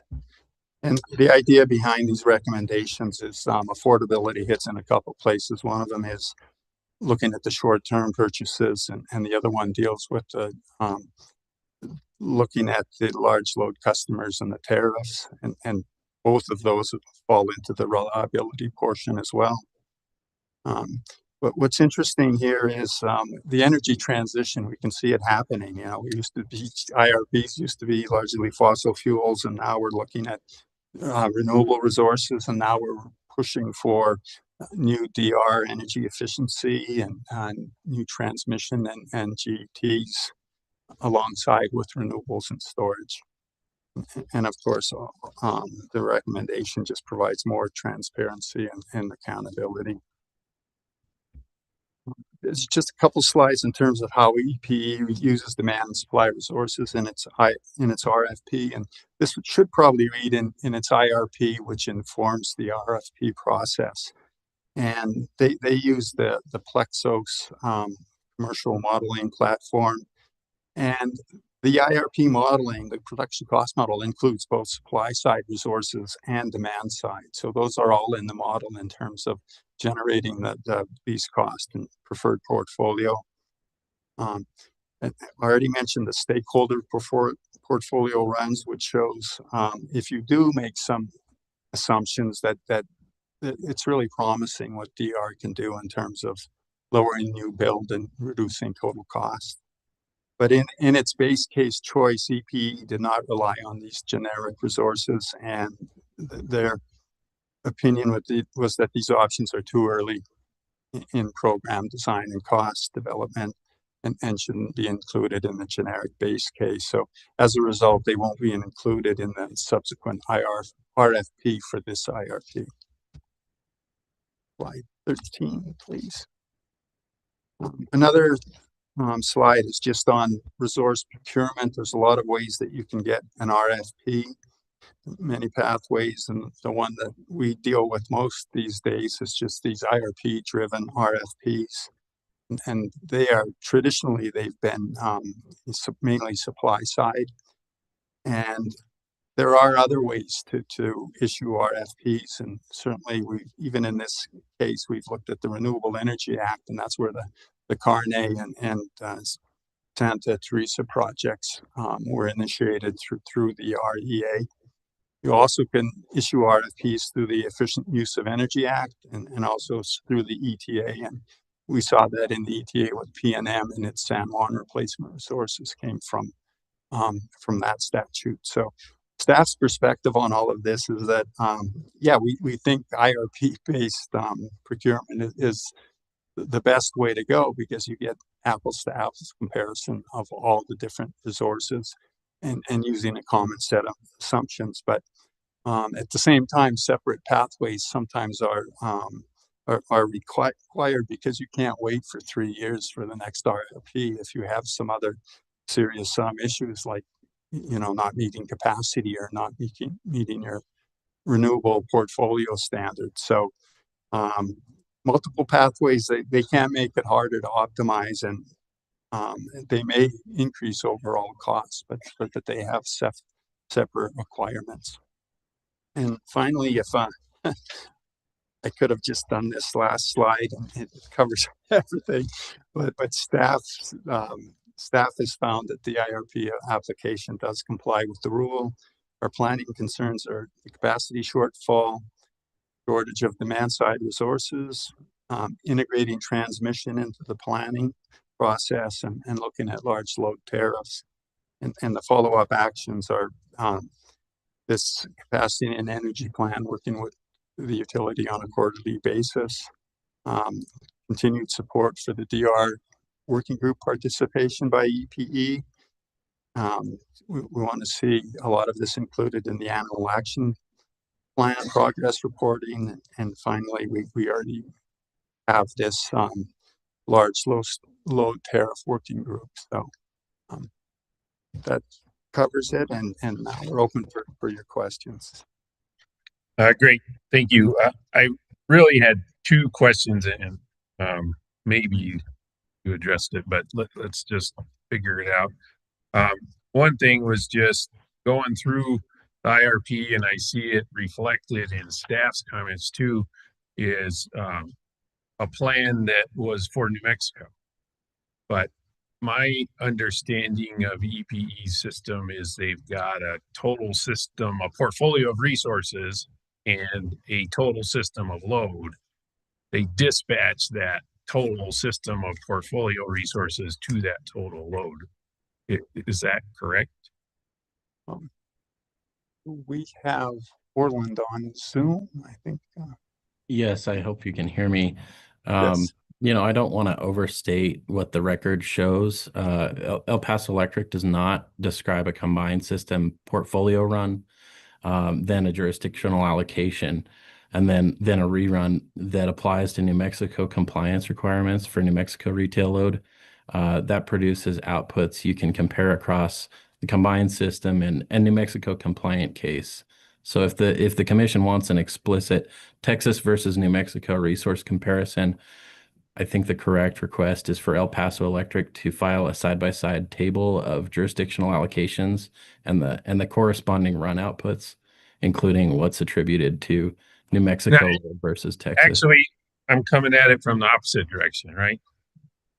What I remember is we've looked at CCNs for power plants in Texas because they're going to serve New Mexico load. And so my big question is, why would we subdivide the relatively small piece of New Mexico from the bigger piece of all of El Paso? I mean, wouldn't that hurt us as New Mexicans in terms of getting the economy of scale that you can get from a much bigger system? I mean, EPE's New Mexico jurisdictional allocation is a relatively small system, but when you put their whole system together, they're size of PNM or something, right? Yeah, and I understand the concern. Conceptually, if a natural gas generation in Texas can reliably serve New Mexico load through deliverable transfers, you might ask, why we would carve out a smaller New Mexico view at all. So we subdivide New Mexico because the commission regulates New Mexico retail rates and requires compliance with New Mexico statutes and rules for that New Mexico retail load. And a combined system plan can be least cost overall, but it can still allocate costs, risks, or non-compliant resource attributes onto New Mexico customers unless the New Mexico slice is explicitly tested for compliance and reliability. So doing a New Mexico specific run does not automatically hurt New Mexico from my perspective. It's an accounting and compliance check. It tests whether New Mexico retail load can be served with a deliverable compliant resource. With deliverable compliant resources, and it makes clear what portion of the portfolio and costs are being assigned to New Mexico customers. So if the outcome shows New Mexico is paying for resources that are not compliant or not deliverable to New Mexico during critical hours, that's where staff and commission can require changes. So I think the correct technical proof is to require El Paso Electric to show two things. First, the transfer deliverability limits and dispatch during the critical hours.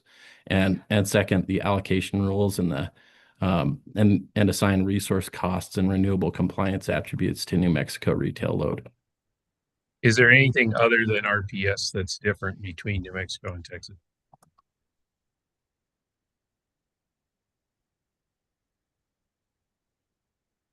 I'll have to think about that a little bit. Yeah, I don't think there is, and that's where I'm coming from. And so if you do a all source RFP, and there hasn't been one in 5 years or more that didn't include solar as your least cost portfolio, shouldn't EPE just be adding the least cost resources, and then we'll figure out RPS and jurisdictional split?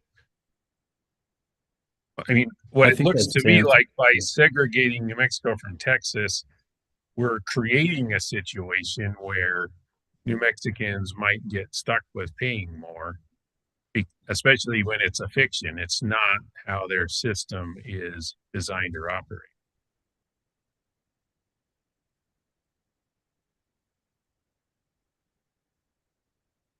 So Right. anyway, I think I'm that'll just sharing my fix it. concern, but that wasn't my real question. My real question here, well, another one, is Eddie Tai a New Mexico resource or a Texas resource? The Eddie Tai is meant to flow benefits to and from New Mexico. So I don't know that there's a simple short answer for that. So did the IRP look at the capital required to do the Eddie Tai upgrade as something only Yes. New Mexico is going to pay? Yes, it did. Right. That's interesting, and put a note in that for the future.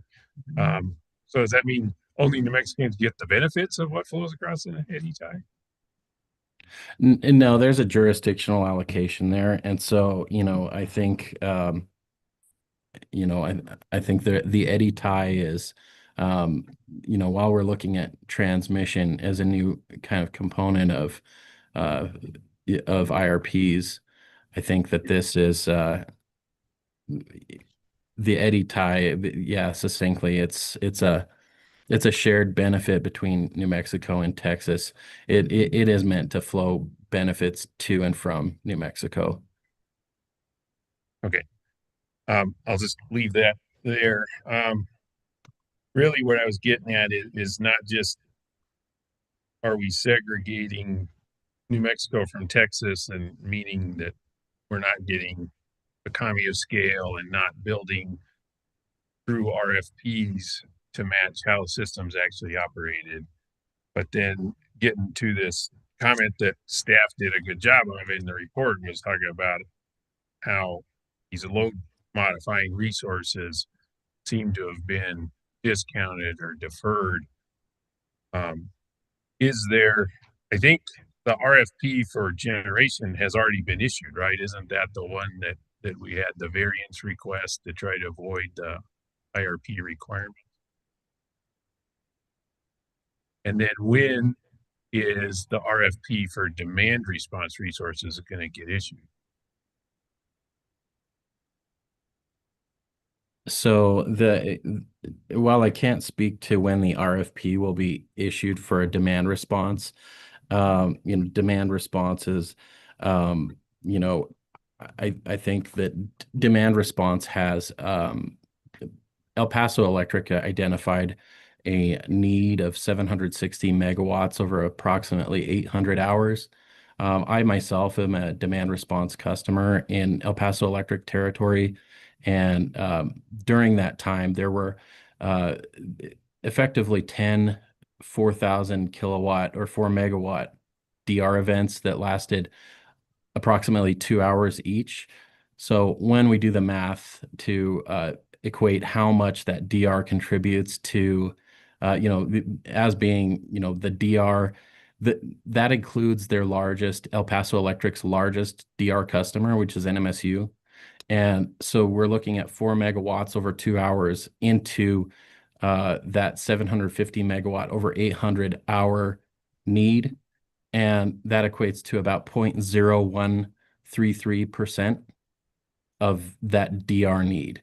And so while EPE has not modeled their base case with the DR, they did so because of that small portion, approximately a 1/100% contribution in their current program, and they Yeah, did I understood. IRP is about the future, right? And yes, it's a capital expenditures plan. what I'm seeing is, from responses EPE made to commenters like Chris Hickman and Mr. Fishman, that they're going to study it some more. They don't have current pricing and current technical capabilities, but one of the biggest values you get out of RFPs are discovery of what the market has to offer. So, part of why I wanted to have this conversation is during the CLE, we had Kelly Tomlin saying, hey, it's super expensive if you build to this 100 hours or 30 hours of 100 megawatts. And then again, that's only 100 megawatts in New Mexico, right? Is really more like for their total system, about 800 megawatts, right?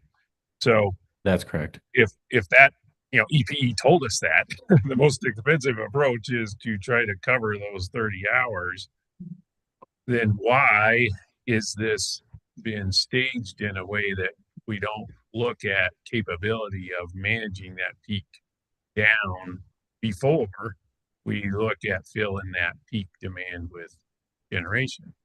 Right. So And I think that was really I the think question I wanted to have with staff is when you're evaluating these IRPs and recommending the approval, how linked is it to the RFP?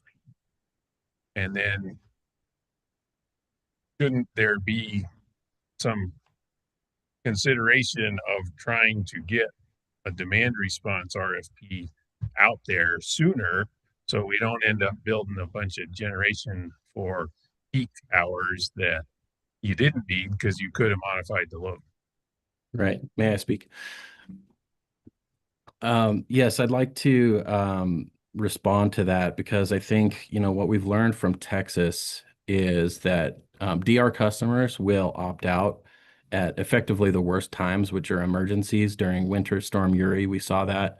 I think really the reason that El Paso Electric is not baking these things in to their base case scenario is because of their confidence intervals on supporting firm load or on firm load support. So that's my perspective. Thank you. I'll just quit while I'm behind. Any other questions?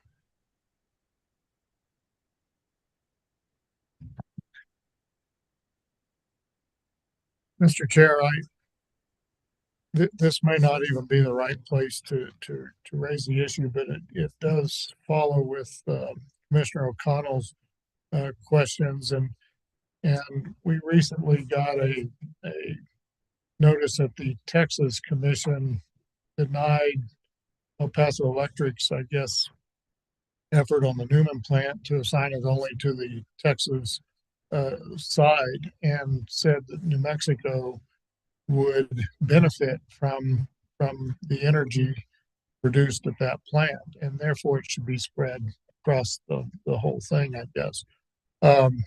And so I think, at least for me, I would like to get some understanding, because two of our three utilities straddle the state line. And it seems that these issues are going to continue to be raised both on the New Mexico side and the Texas line as to who's paying for what and how it gets allocated. And, you know, SPS just submitted its proposal and has a gas plant in Gaines County, Texas. And, you know, I suspect, you know, who's going to pay for that. And Texas will make the same argument there, I suppose, that New Mexico customers should have to pay for part of that because they're going to benefit from it. So when I look at this stuff and trying to meet New Mexico's goals on climate and still have reliable energy and not having those same goals on the other side of the state line, the utilities seem to be caught between a rock and a hard place as to how they do it. But I think I would like to have staff, or maybe staff in the two utilities that are impacted, to provide some overview to help me understand how we should deal with those issues moving forward, because it may be a little bit highlighted here, but I think it's going to get worse as we move forward, particularly as New Mexico gets closer to that 2045 date. So may not pertain to this particular docket, but the issue that Commissioner O'Connell raised, I think, is something that I would benefit from if we had some discussion with staff and with at least Southwestern Public Service Company and El Paso Electric, because they are impacted. Yeah, no, that's a great suggestion. And just from having worked with Texas commissioners over at SPP, where I'm coming from is start with building the most cost-effective system you can, period. Who cares what the state line is? And then we can start talking about how to allocate or different costs because jurisdictional rules are different. That's what I was trying to explore on this IRP. Is it kind of looked like, at least by optics, if not by reality, that by focusing in on New Mexico, we had the risk of creating a total system that was more expensive. So start with the best approach to the lowest cost system. And again, Kelly Tomlin told us what that is try to manage your 30-hour peak so you're not building a bunch of generation that you're not using. And Chris Hickman in his comment said the same thing. I'm afraid that what's been set up is the opposite of that. And then, then if we can move forward, then, okay, here's the best, cheapest system for all. Let's figure out who owes what. We're in a much better place. Yes, if I can, I'd like to respond to Commissioner Nybert's question about, our two utilities straddling the state line and who is paying for what and how does it get allocated. Commissioner, for a utility that serves retail load in both New Mexico and Texas, the physical grid is integrated, but retail cost recovery is jurisdictional. So New Mexico retail customers pay the New Mexico jurisdictional share of the utilities revenue requirement, and Texas retail customers pay the Texas jurisdictional share based on the approved jurisdictional allocation factors in each state's rulemaking. In practical terms, cost allocation is driven by cost causation and measured benefit. Generation plant costs, fuel and purchase power, and transmission and distribution plant are allocated between New Mexico and Texas using established allocators, typically based on demand, energy, and customer-related measures, unless a regulator orders a different treatment for a specific item. So the integrated resource plan does not by itself decide the final jurisdictional allocation. The integrated resource plan is the planning record. It identifies the resource needs, the portfolio direction, and the transmission risks that may later show up in a rate case. in this docket, staff's planning concern is to connect transmission and large load risks to planning, so we're not surprised later in rate making, and so costs align with cost causation.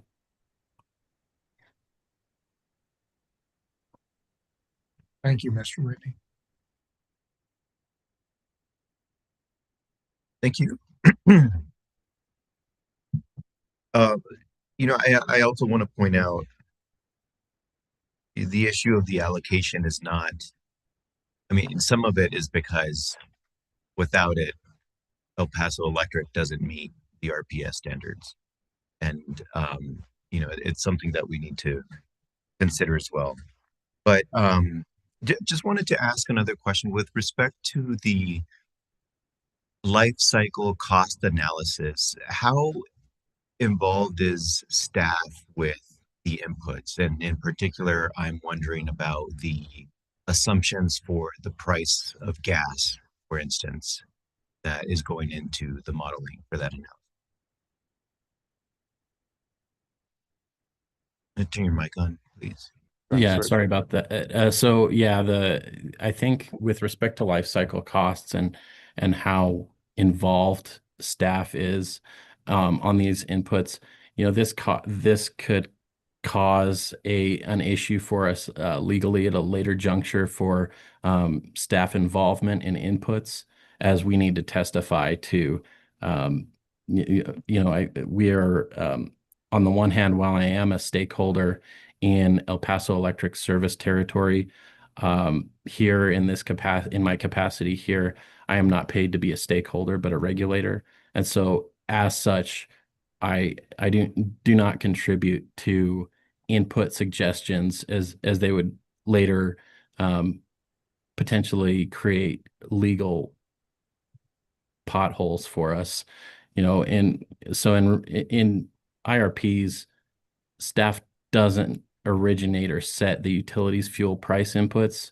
El Paso Electric proposes assumptions and provides the modeling runs. So staff's role is to review whether the statement of need and action plan comply with the integrated resource plan rule after considering written public comments and EPE's responses.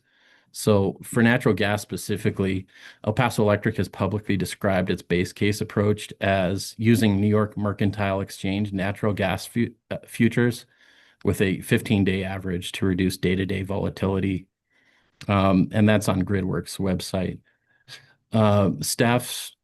Staff's involvement is to test whether that input is reasonable for planning purposes by requesting sensitivity cases and documentation. So for example, a high flow and low natural gas price trajectory and a clear description of how the forecast was constructed and applied in the model. So if the commission wants a clean accountability check, the appropriate direction is for EPE to file the base case natural gas price series in the high-low sensitivities and the resulting impact on portfolio selection and costs for New Mexico retail slice. So as an external benchmark, staff can compare EPE's forecast range to widely used public forecasts and U.S. Energy Information Administration, such as short-term energy outlook and longer run outlook products, to see whether El Paso Electric's assumptions fall within a reasonable planning band.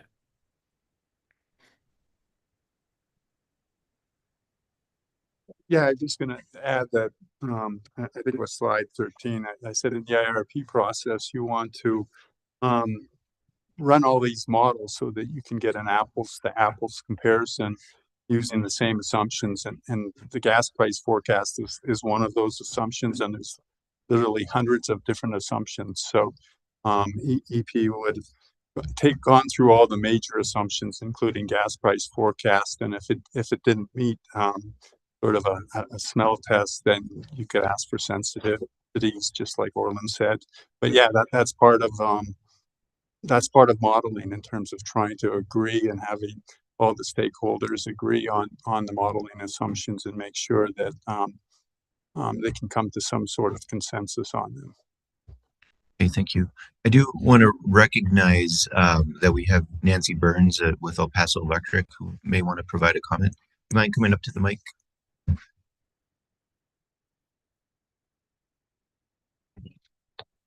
Chairman and Commissioners, thank you very much. And we really appreciate staff's presentation and everybody's participation in the integrated resource planning process and the comments today.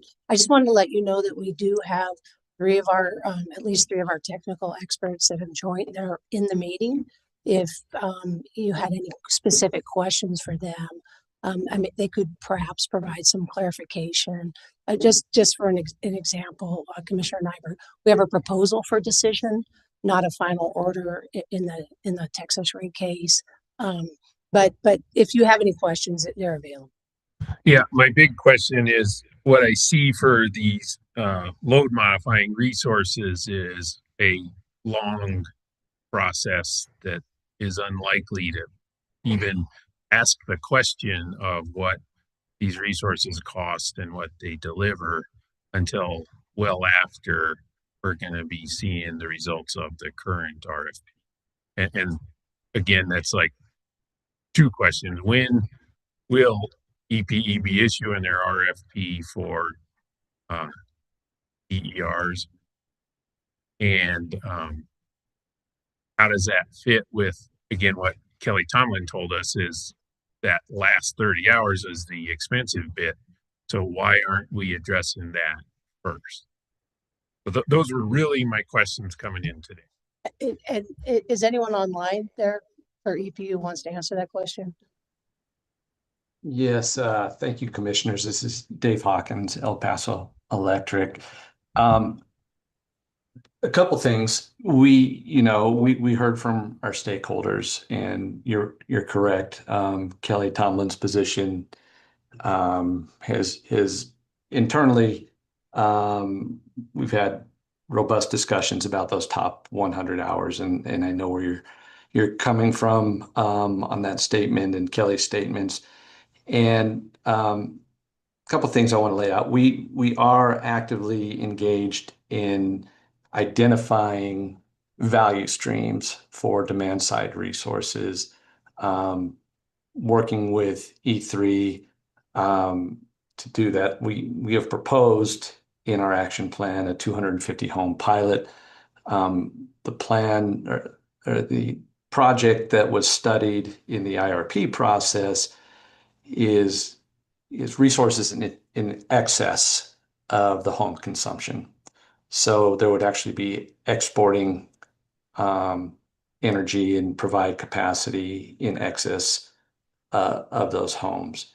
And so we do look at that. I think one question that we've had, because in our RFP process that is currently underway, yes, we are seeking capacity for Texas.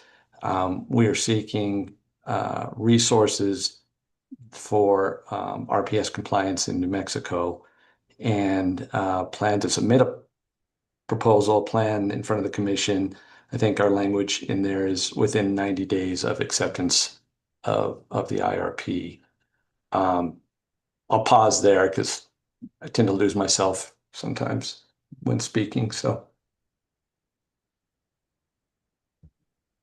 Yeah, I just didn't hear when you're gonna do something more than a pilot to try to make the system you're building less expensive. Yeah, I think our view on that, and I don't think I'm surprising anybody on the EPE call, is the demand side resources would be part of the RFP issuance. It's part of the overall action plan after the 250 pilots.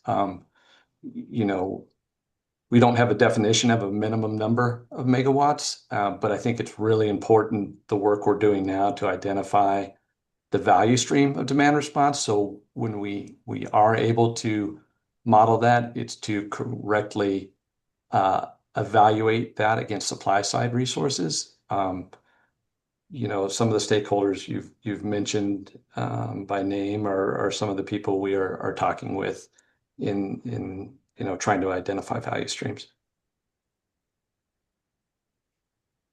Yeah, I guess just the biggest thing I'm concerned with is staging and time. What you're describing sounds like a very slow train. Well, you've got an IRP saying we've got a rapidly growing load. I understand. How do you avoid doing the most expensive thing if you're slowing down something that could help make it less expensive? Sure. I mean, it's I'm thinking out loud here, but one of the things we're seeing is, as you grow demand response, as you're trying to make that a viable resource in terms of timing. I think some of the timing issues may be the site control issue, right? When you're evaluating, does someone actually have significant amount of homes lined up that you can rely on to meet firm capacity needs? I think El Paso Electric is willing to work with and understand that, and maybe, build in what is the risk of homes not showing up that could do this versus, something with site control and equipment that could be contracted for with certain more guaranteed timelines. It's something, at least me, I wrestle with, but that's sort of where we are. But I will tell you, we are making those efforts to identify the value and to look at everything that may be missing from traditional modeling. Be glad to work with as we issue this and as we issue the plan, future stakeholder discussions and what we could come up with as ideas to accelerate processes.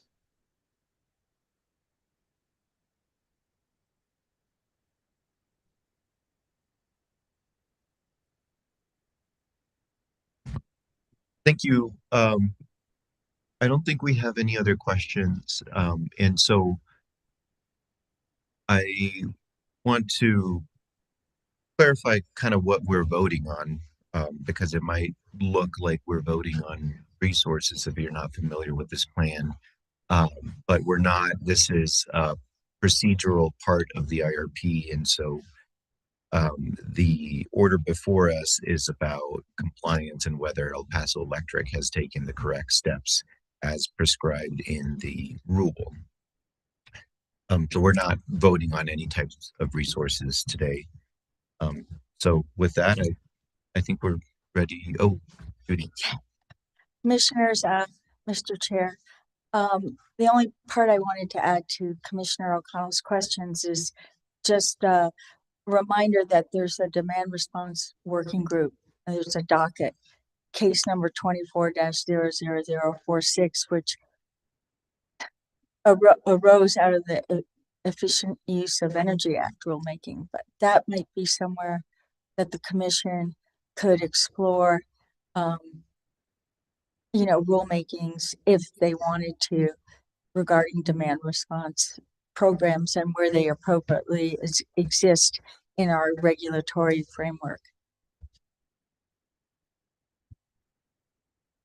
Mr. Chair, with that, I would move that we approve the order accepting integrated resource plan and requiring further actions by El Paso Electric Company and docket number 24-260-UT as revised and presented by Mr. Fisk.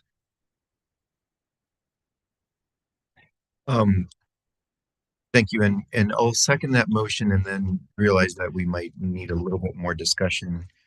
There was a part of the order that changed kind of the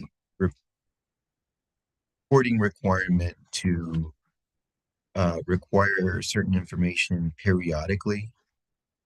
And I was a bit concerned that that might not be clear enough and wanted to propose replacing that with annually instead of periodically. So this is something that staff had proposed as requiring quarterly.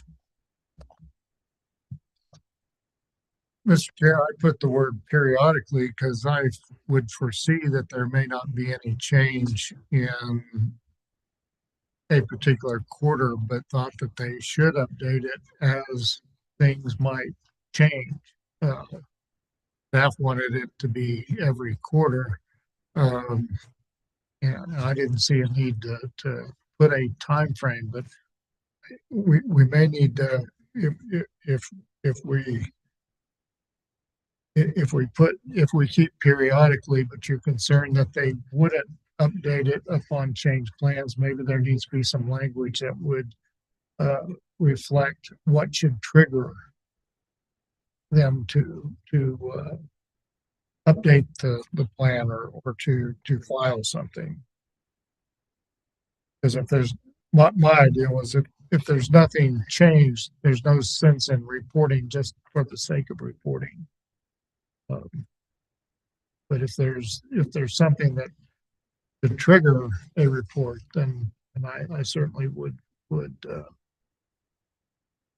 be amenable to that. Yeah, I agree with not specifying an exact time frame because I would like it to be more frequent than annually, frankly, if things are happening. And then I very much appreciate, Chair, your clarification of what we're voting on here. It's just accepting that a plan was performed in accordance with the rule. Most of my comments were just scratching my head because, again, IRP is an opportunity to make what you're going to do next go smoother. And by saying, hey, we know it's expensive if we build to the needle peak, but we're going to slow play load managing the needle peak, or we're only going to look at New Mexico resources when our system's much bigger. Those are the kind of things that maybe that's not what's happening, but it's what I read from the plan. And so I thought it'd be worth it to have a discussion to see if I could figure out what was happening. But that's not really important. What's really important is what El Paso does.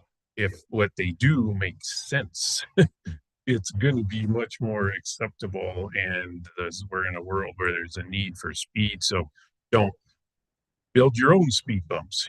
It's kind of one of my philosophies, but it looks like that's what we got in front of us with this plan that's acceptable. And so going back to the point we're on right now is I like periodically, and this is advised the commission, EPE can talk to staff every day if those parties decide that's a good thing.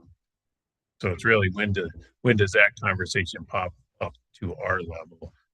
And I would like to remain flexible on that. And again, incentive is on EPE, right? So as they do a good job, they should want to tell us.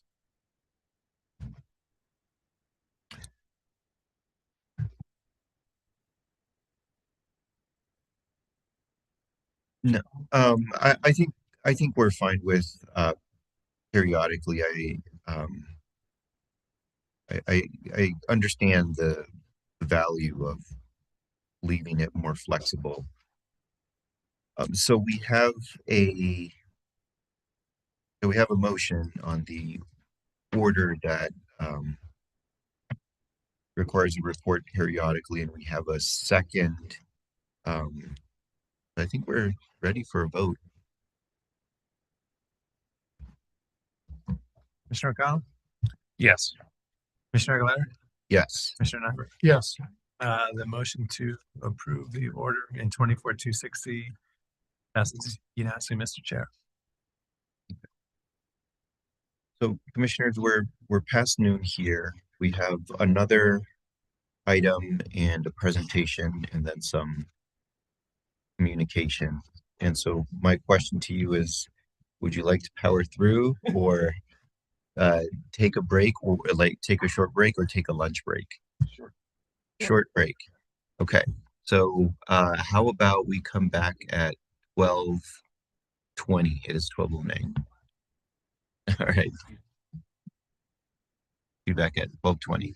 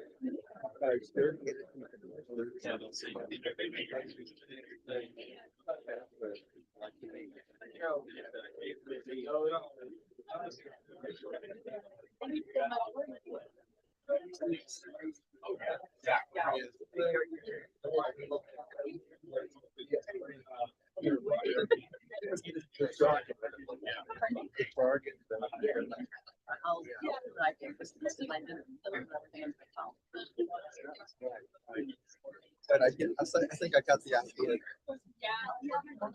Don't heavy, you have to lift that one foot, you know. You quit gas. Oh, we came out of 75. Yeah, right. Hey, we hit some points. And we were here hours before we got here.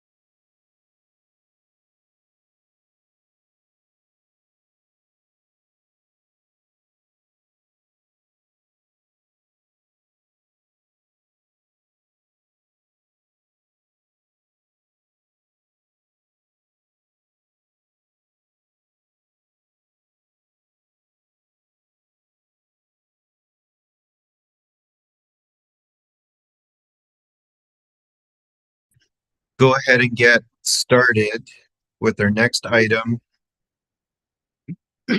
So the next item is docket number 24266 UT.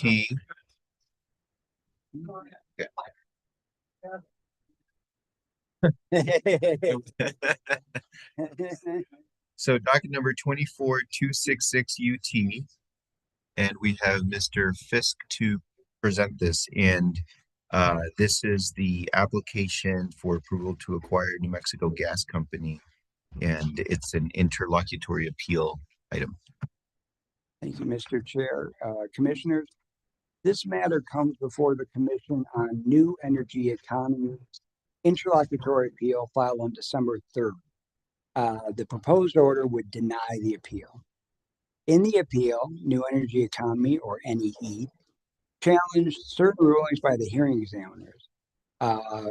First being the hearing examiner's order partially granting and partially denying a motion in limine filed by the joint applicants. Second one being, or two that were related, two of the evidentiary rulings made by the hearing examiners during the hearing, sustaining objections to NEE's cross-examination of Jeffrey Baudier. And finally, the hearing examiner's denial of NEE's oral motion during the hearing for the issuance of a bench request. On December 12th, the joint applicants filed their response in opposition to the interlocutory appeal. On December 16th, the Commission issued an order denying NEE's request for oral argument concerning the interlocutory appeal. The Commission noted that the Commission's usual practice is to consider interlocutory appeals, motions, and other requests for relief on the written submissions of the parties, and the Commission found that the written record here is sufficiently clear such that no further elucidation of the arguments is needed. The proposed order would have the Commission consider the hearing examiner's rulings on the merits, and the order would have the Commission uphold the rulings as they were correctly decided based upon applicable law and Commission rules and precedent. And with that, I will take questions. Thank you. I'm happy to get us started here.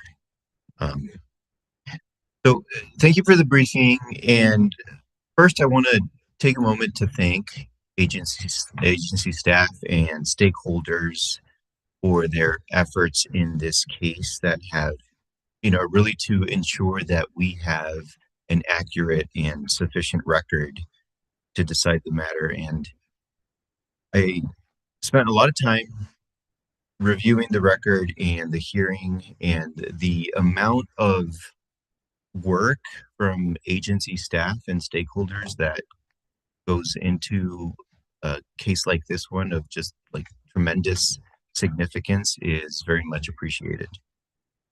So I want to explain my analysis of the appeal to show how I arrived at my conclusion.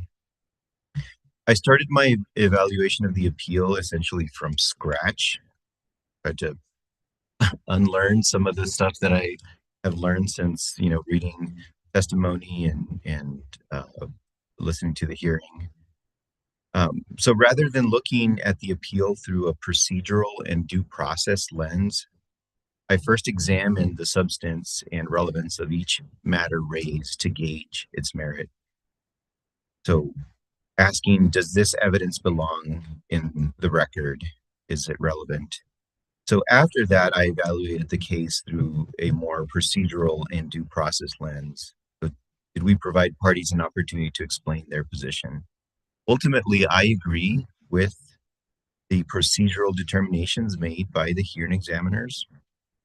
I also believe that the Commission can decide to pursue any of the alleged violations further if it chooses, notwithstanding the hearing examiner's correct findings. So I reviewed the various allegations of violations, alleged violations at companies that are associated with BCP raised by NEE.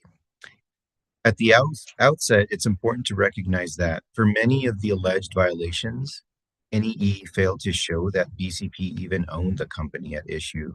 at the time of those alleged violations, which is a reason that the hearing examiners denied any ease appeal. Nonetheless, I like to discuss some of the noted alleged violations and what they mean for the factors that the commission considers when evaluating merger and acquisition cases. So one instance involves an OSHA violation by Elevation Solar, which installs residential rooftop solar in Nevada. And the OSHA violation was that the installation crew was not wearing its fall protection equipment. And the report says that the failure was remedied on site, and as a result, Elevation had to pay $7,000. So this is a violation. It's an OSHA violation. But NEE failed to explain what reasonable bearing an employee of Elevation Solar not wearing their fall protection equipment in Nevada has to do with whether the BCP applicants are qualified to own the gas company here. And I think most reasonable people would tell you that that situation does not have a bearing on the qualifications to own a gas company. I just want to put this into the correct context. Another one of the alleged violations is by Epic Piping, which is owned by BCP Energy Services Fund LP. And so the underlying issues primarily concern documentation and labeling of paint waste and used oil at Epic Piping's fabrication facility in Louisiana. And so once again, I think most reasonable people would tell you that failing to label the barrel as hazardous material or used oil or used paint really in Louisiana really has no bearing on whether the BCP applicants are qualified to own the gas company. And in that same allegation, there was also an instance of alleged violation with the EPA. Excuse me. And it turns out that the BCP applicants, that BCP management actually has no relationship with the actual company that was named in the EPA settlement. So we're talking about completely different companies. And so the commission needs to conduct a careful verification of the qualifications and financial health of the BCP applicants. And that requires understanding who the BCP applicants are, their finances, their experience, their ownership structure, their management strategy, among other things. And that careful verification is needed to ensure that captive customers are protected and that the gas company would continue to provide safe, reliable service at just and reasonable rates. The reality is that not every piece of information is relevant to a careful verification. So we should not investigate issues that aren't credible or relevant. And it's a disservice to this proceeding and to the public interest to make the focal point allegations that are not credible or relevant. And we need to focus on what is important. So we need to have reasonable standards and establish reasonable parameters, and the hearing examiners have done that. All that said, one issue raised that I believe maybe could have been relevant if pursued in the right direction during the hearing concerns national water infrastructure.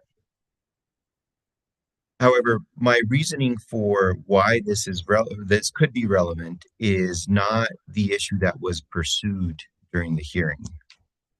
So I want to clarify, though, that the issue of national water infrastructure is in the record, and NEA did ask the witness questions about it, and this information is in the record. What I'm looking at carefully is the issue of control. That is, does BCP manage, direct, or exert influence over the companies that it invests in? Because the BCP applicant's underlying premise here is that it does not control the companies that it invests in. So rather than try to expose the track record of this company, to use a phrase that comes directly from the interlocutory appeal, NEA should have asked whether BCP management had any involvement in addressing those violations. Here in the application, BCP asserts that it will not manage, operate, or control the gas company. And in fact, they are proposing to leave the gas company's leadership and board structure intact, save for the Emera board members that would be replaced with BCP board members. So I think it could have been relevant to test the theory of control with national water infrastructure, given that, one, it provides a utility service and it is regulated, albeit it's a wastewater utility, right? So we're talking about sewers and wastewater treatment facilities. And so it is different than a gas company. It also concerned certain alleged violations that were settled while BCP Fund owned the wastewater utility, although I also understand that some of these settlements can occur 5 years after the actual violation. So it could be possible that BCP did not own the utility at the time the alleged violation occurred. And the third one is that a key witness of BCP, Mr. Baudier, was the president and board member of National Water Infrastructure for about a year, according to his resume. So regarding any potential involvement by BCP management with National Water Infrastructure, BCP contends that BCP management manages investment funds, not the companies within those funds. If your business strategy is to buy a company and then sell it at a higher price than you bought it,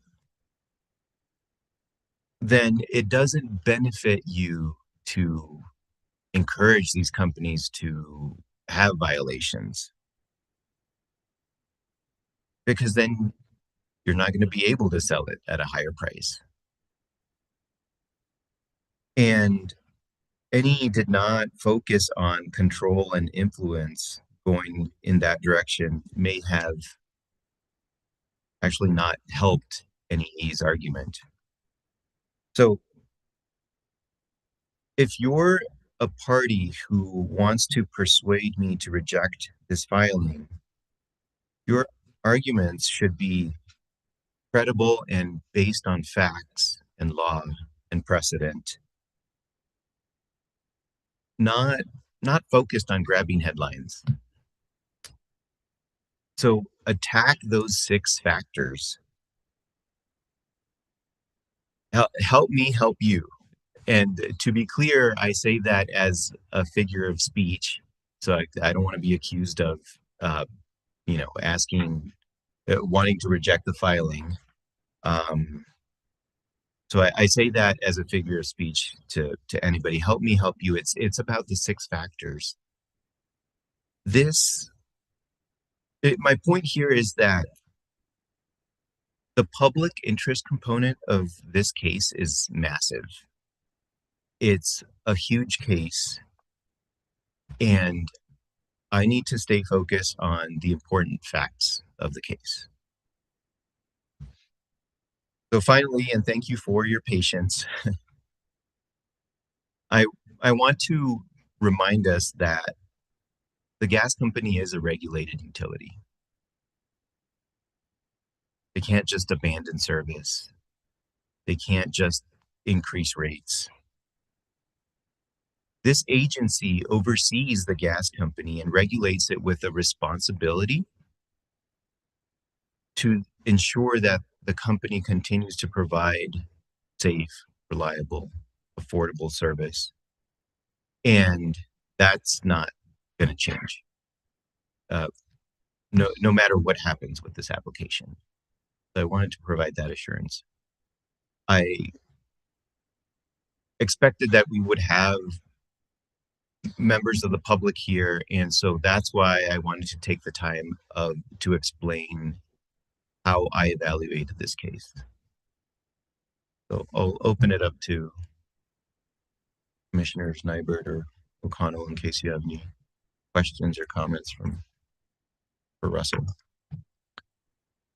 I'd just like to thank Russell for his patience with me on analyzing and evaluating this matter, and I couldn't have said those things any better. So I think I've arrived at the same conclusion and support the order that's before us. But just ultimately, this commission will hear this case, and for the most part, we've been, other than hearing public comment, which we've heard four times now, we've been somewhat insulated from the evidence. But when you do these types of things, you have to dig into the evidence, and as was stated, so it's from my angle, it makes me kind of scratch my head sometimes when you deal with some of this stuff. So anyway, I thank you for going through that and appreciate the analysis. Yeah, I'll just reiterate something, Chair, you've said quite a few times over the 3 years we've been working together that we speak through our orders. So I encourage anybody who's interested in this to read the order when it.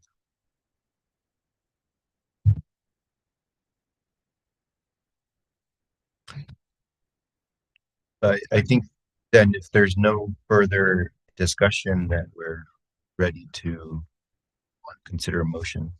Mr. Chair, I move that we approve the order denying interlocutory appeal in docket number 24-266-UT.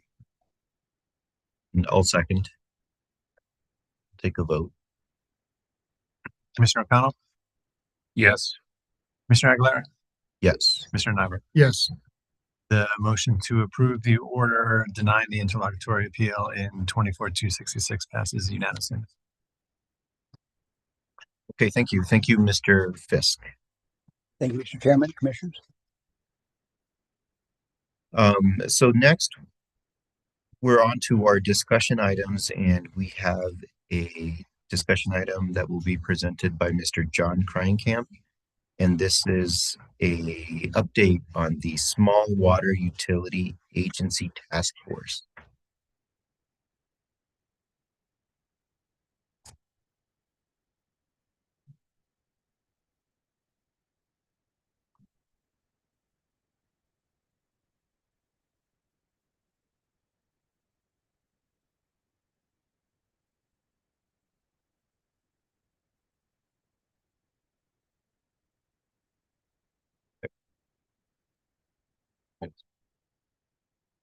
John.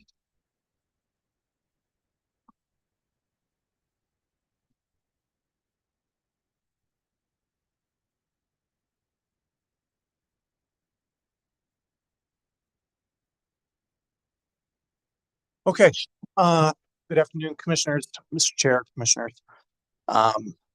The purpose of this discussion item is to update the Commissioners, all of you, on the Small Water Utility Task Force that has been convened across the agency. The task force has about 8 members or so from a number of different divisions in the agency. The primary goal, at least at the outset, is to ascertain the health and the financial stability of the small water utilities under the Commission's jurisdiction. There are about 20 of those, depending on how you calculate them. Beyond sort of getting sort of an initial look at what their statuses are, what we want to do is try to identify any sort of emerging issues or challenges that are going to require PRC action, whether those are broader issues facing maybe all of the utilities together or discrete issues affecting particular utilities under your jurisdiction. That may include eventually, the legal division or the utility division opening up a formal docket or asking you to open up a formal docket. Ultimately, I think that the goal is to provide recommendations to you all as far as what updates might be beneficial to our internal processes or potentially our rules or statutory authority to better serve the public and better regulate these small water utilities.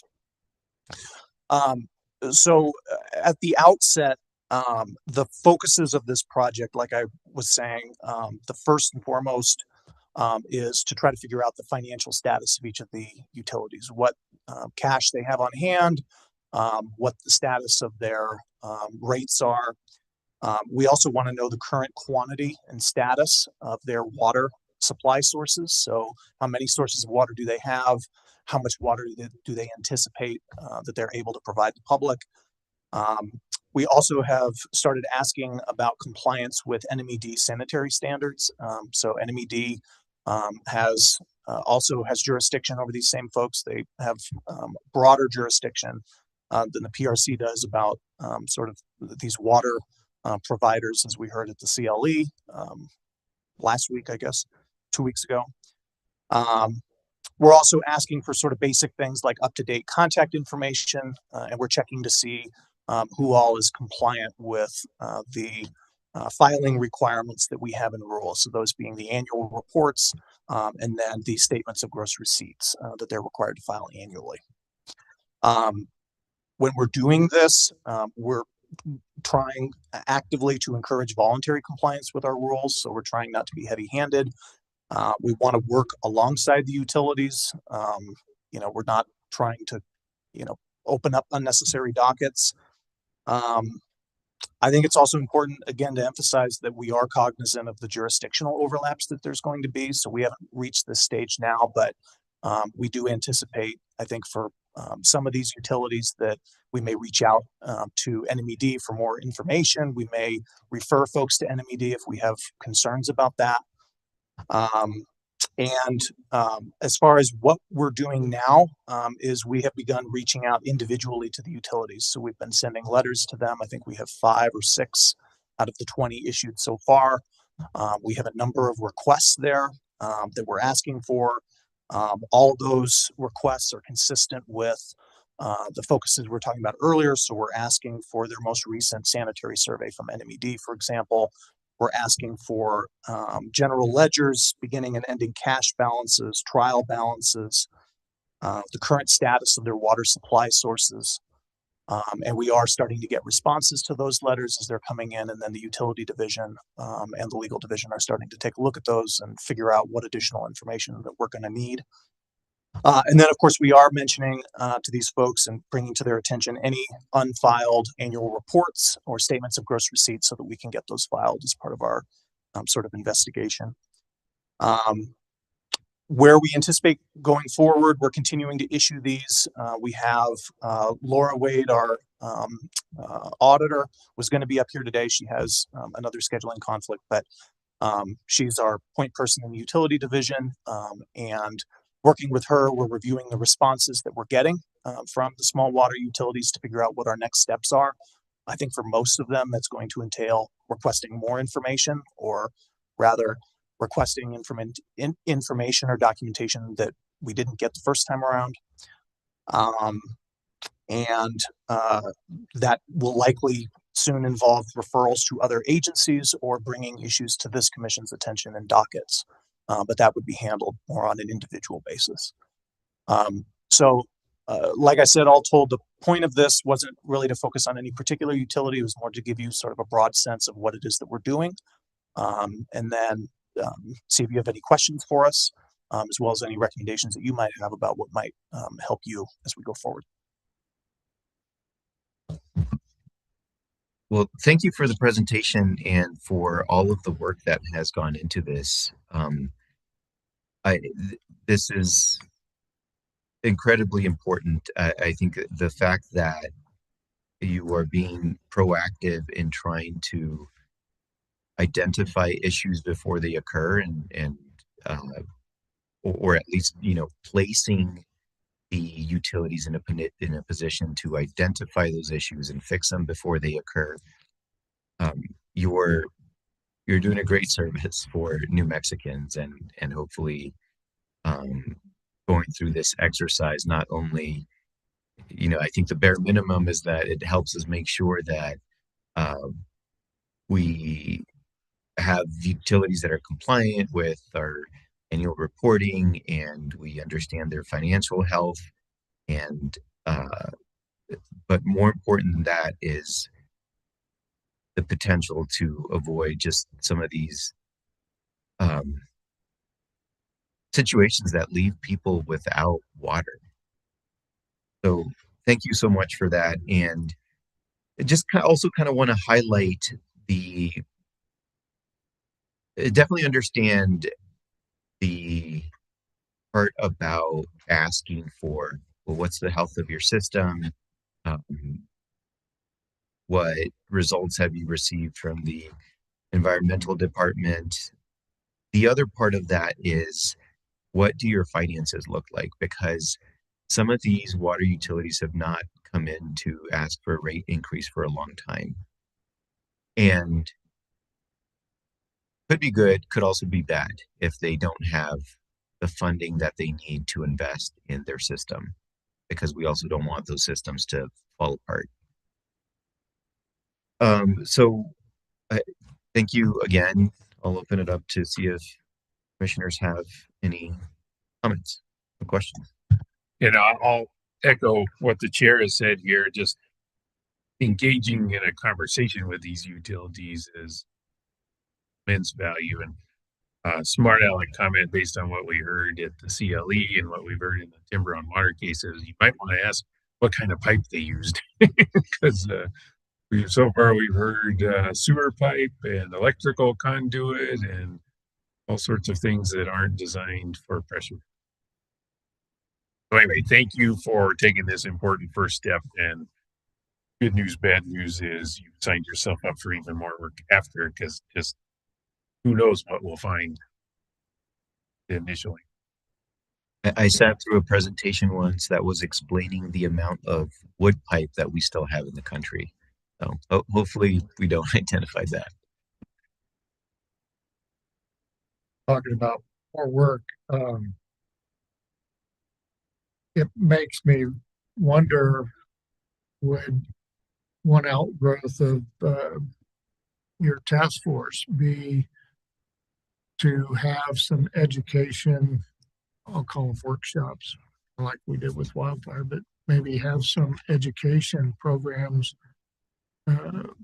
around the state for those small water systems, where we can show what issues have been identified and what problems we've encountered, and maybe try to get them on a course of recognizing what they may need to do to address the aging problems of their system, maybe locating new sources of water, maybe trying to figure out what is a reasonable rate they ought to be charging their customers, what anticipated expenses they may be incurring, because it's shocking to see how much water pipe costs these days. It's not not inexpensive, and depending upon the size, it can be very expensive. So, I'm just thinking out loud, but somehow we need to take this information and get it around the state where these water systems are, and try to encourage them to anticipate what has been experienced by several other of their colleagues around the state, trying to avoid what's transpired south of here, and trying to avoid some of the other problems that we've had to deal with recently. So just some food for thought. Yeah, thank you. And as you continue to do this work, we'd certainly love to hear what further recommendations you have. If there are opportunities for working groups, or if we need to update our rules in any way, with continue to make sure we do what we have to that's within our authority. So thank you. Thank you for the presentation. Much. Thank you. Have a good afternoon.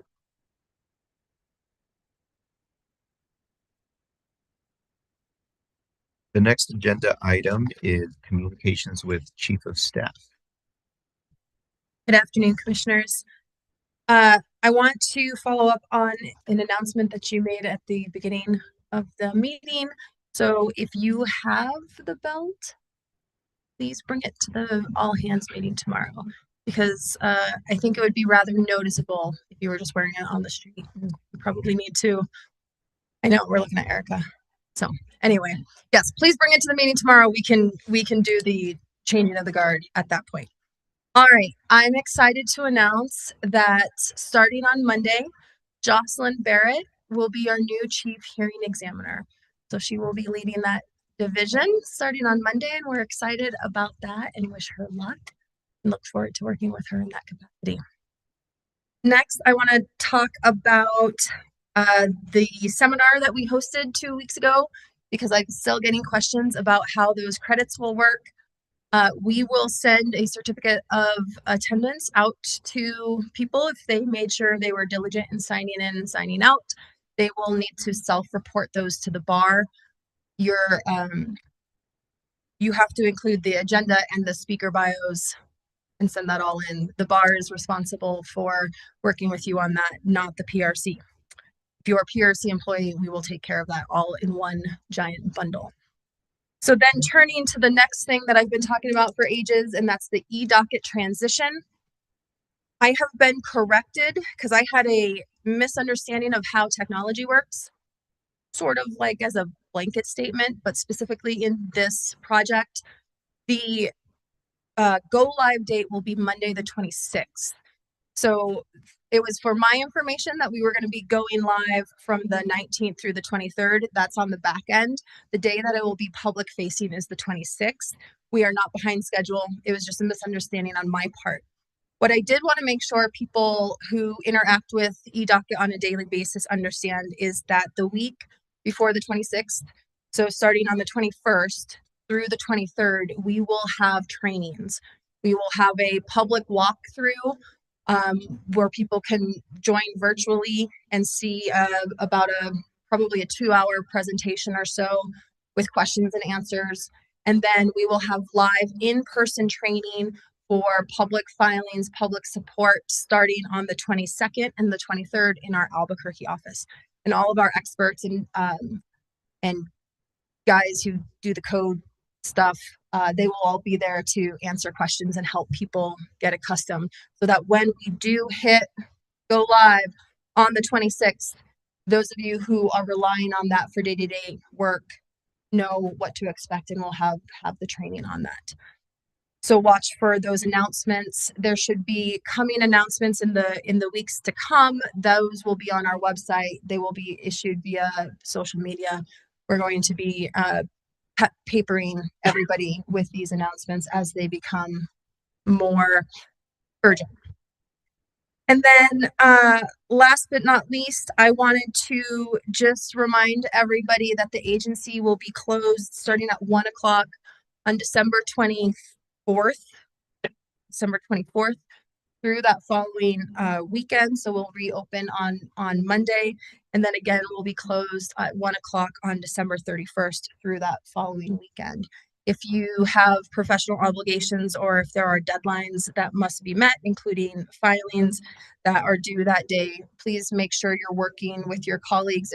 If you're an outside entity, please make sure you're contacting folks at the PRC so that we can make sure to arrange coverage and so that nothing is missed, but our employees get to enjoy some well-deserved time with their families. And with that, commissioners, I stand for questions.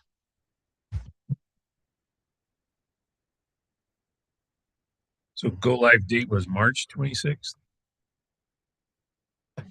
You didn't say what month. Oh, January 26th. I was just trying to give you a heart attack. You didn't say that.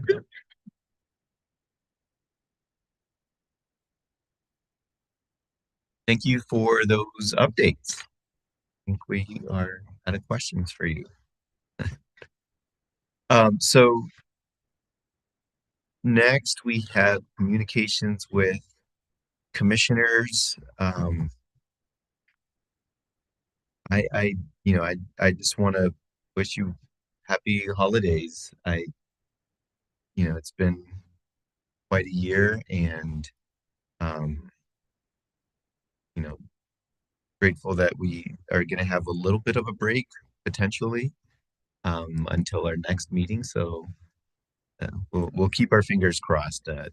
We might need to have a special open meeting, but so far it doesn't seem like there's anything that will require that.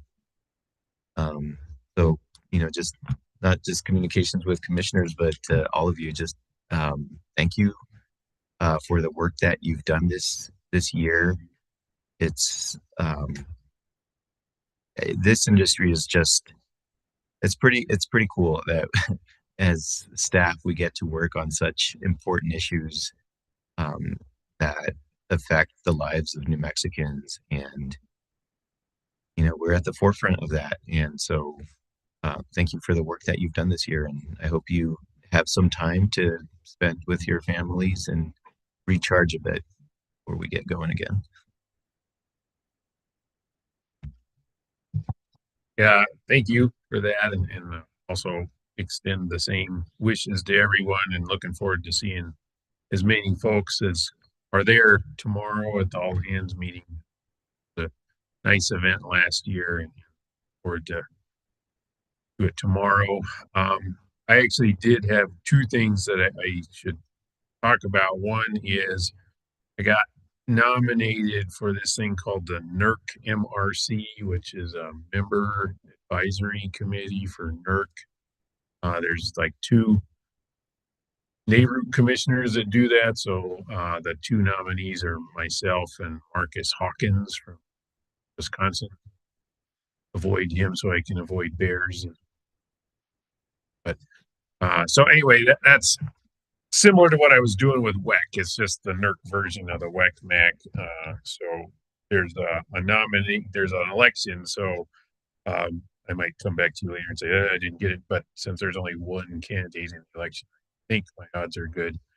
So somewhere in February, I'll start doing that. And of course, Murphy's Law, the first one of those meetings lines up with our new meeting cadence. So I'll be probably virtual for the February 18th or February 13th meeting, just because of that. And then other one is, I met with a group of researchers from UNM and the Microsystem Lab this week. They're applying to, I believe, MNERD for a grant just to study advanced storage architecture. So the idea is to just do some computer modeling to see where best to put batteries on distribution systems so you can optimize their use and minimize their size and the things you want for a least cost portfolio. So anyway, I told them that I'd be willing to sign a letter of support for their grant application, but I also told them it's my letter, not this one. You gentlemen were aware of that. the chair started out with, it's been quite a year, and I'll tell you, it's really been quite a year for me because sitting here is certainly a privilege, but it was something that I never anticipated. And the learning curve, I assure you, was very steep and continues to be somewhat steep, although I'm feeling more comfortable in this role up here and appreciate the patience that my fellow commissioners and Office of General Counsel, Chief of Staff, and all the staff have had with me trying to bring me along. So I appreciate the assistance and the guidance that you all have provided. Thankfully, no trips planned for the rest of the year. And we won't have to attend any meetings for the next few weeks, which is a great great respite. So wish everyone a very happy holidays and this time, hopefully find time to do things that you enjoy and maybe be with family, and look forward to a great new year, and look forward to continuing to serve the people of New Mexico in this capacity. Thank you. Thank you. There's one thing I realized I didn't talk about, which was the committee assignments, and I'll keep it very short since we've done quite a bit of work to compile all the assignments. I think the only thing that we should talk about is the neighborhood committees, and I had put down my name to join the water committee and the committee on the consumers and the public interest. I want to make sure that we have coverage in those committees, but if either of you would rather do it, just let me know, and we can do that. When I first arrived this morning, I asked Commissioner O'Connell if he had any interest in the water committee, because if the two of you didn't, I was willing to sign up for it. But I'm certainly happy that you would take that role if you want it. I do think it's important for one of us to be on water, and then if there's any other neighborhood committees that you see that I should be involved with, please let me know, because right now I'm just on the gas committee as far as I know. Yeah, I'm planning to stick with the ERE committee, and then, I mean, what that means is that we won't be on the electric committee, which I think that's okay. That's a large. I think, frankly, you get more done in the smaller committees. So anyway, as long as we're just acknowledge that, and I'm not saying you need to stay with electricity. If the three of us decide we need a New Mexican electricity, I can look at moving from ERE electricity. I think with this NERC MRC, I'll probably be able to bring back here as much as I could if I was on the neighborhood. Hopefully we can keep one of the things we heard today is we got to stay abreast of what's going on out there, and that's absolutely. So that's really, to me, the focus. I agree, consumers of water, Mexican, and you're sticking with gas, right? Yeah, I'd say we need a New Mexican. But anyway, I think that's a good plan, and except it's pretty easy to adjust neighborhood. Okay, relatively speaking. Some of the other things we do, right, Mr. SPPRSC, or Not yet. Midnight of December 31st. Not that I'm paying attention. Counting down a day. But I mean, the other thing that's on your spreadsheet is, and I've told the SP folks this, is they ain't getting rid of me next to the Markets Plus commissioners. I'll tell them I'm on board January 1st. Okay, and I'll prepare them for that. So yes, O'Connell's coming. See what they do. And yeah, you can continue all of the trouble that I started. So it'll be okay. I'll fill you in. And then, okay, so I think that covers everything that we had to. And then just to provide an update on the Bosser, I was elected chair of the Bosser for another year, and Commissioner John Hammond, vice chair for another year. So I'll continue that role. Great. Well, thank you, everybody, and we are adjourned.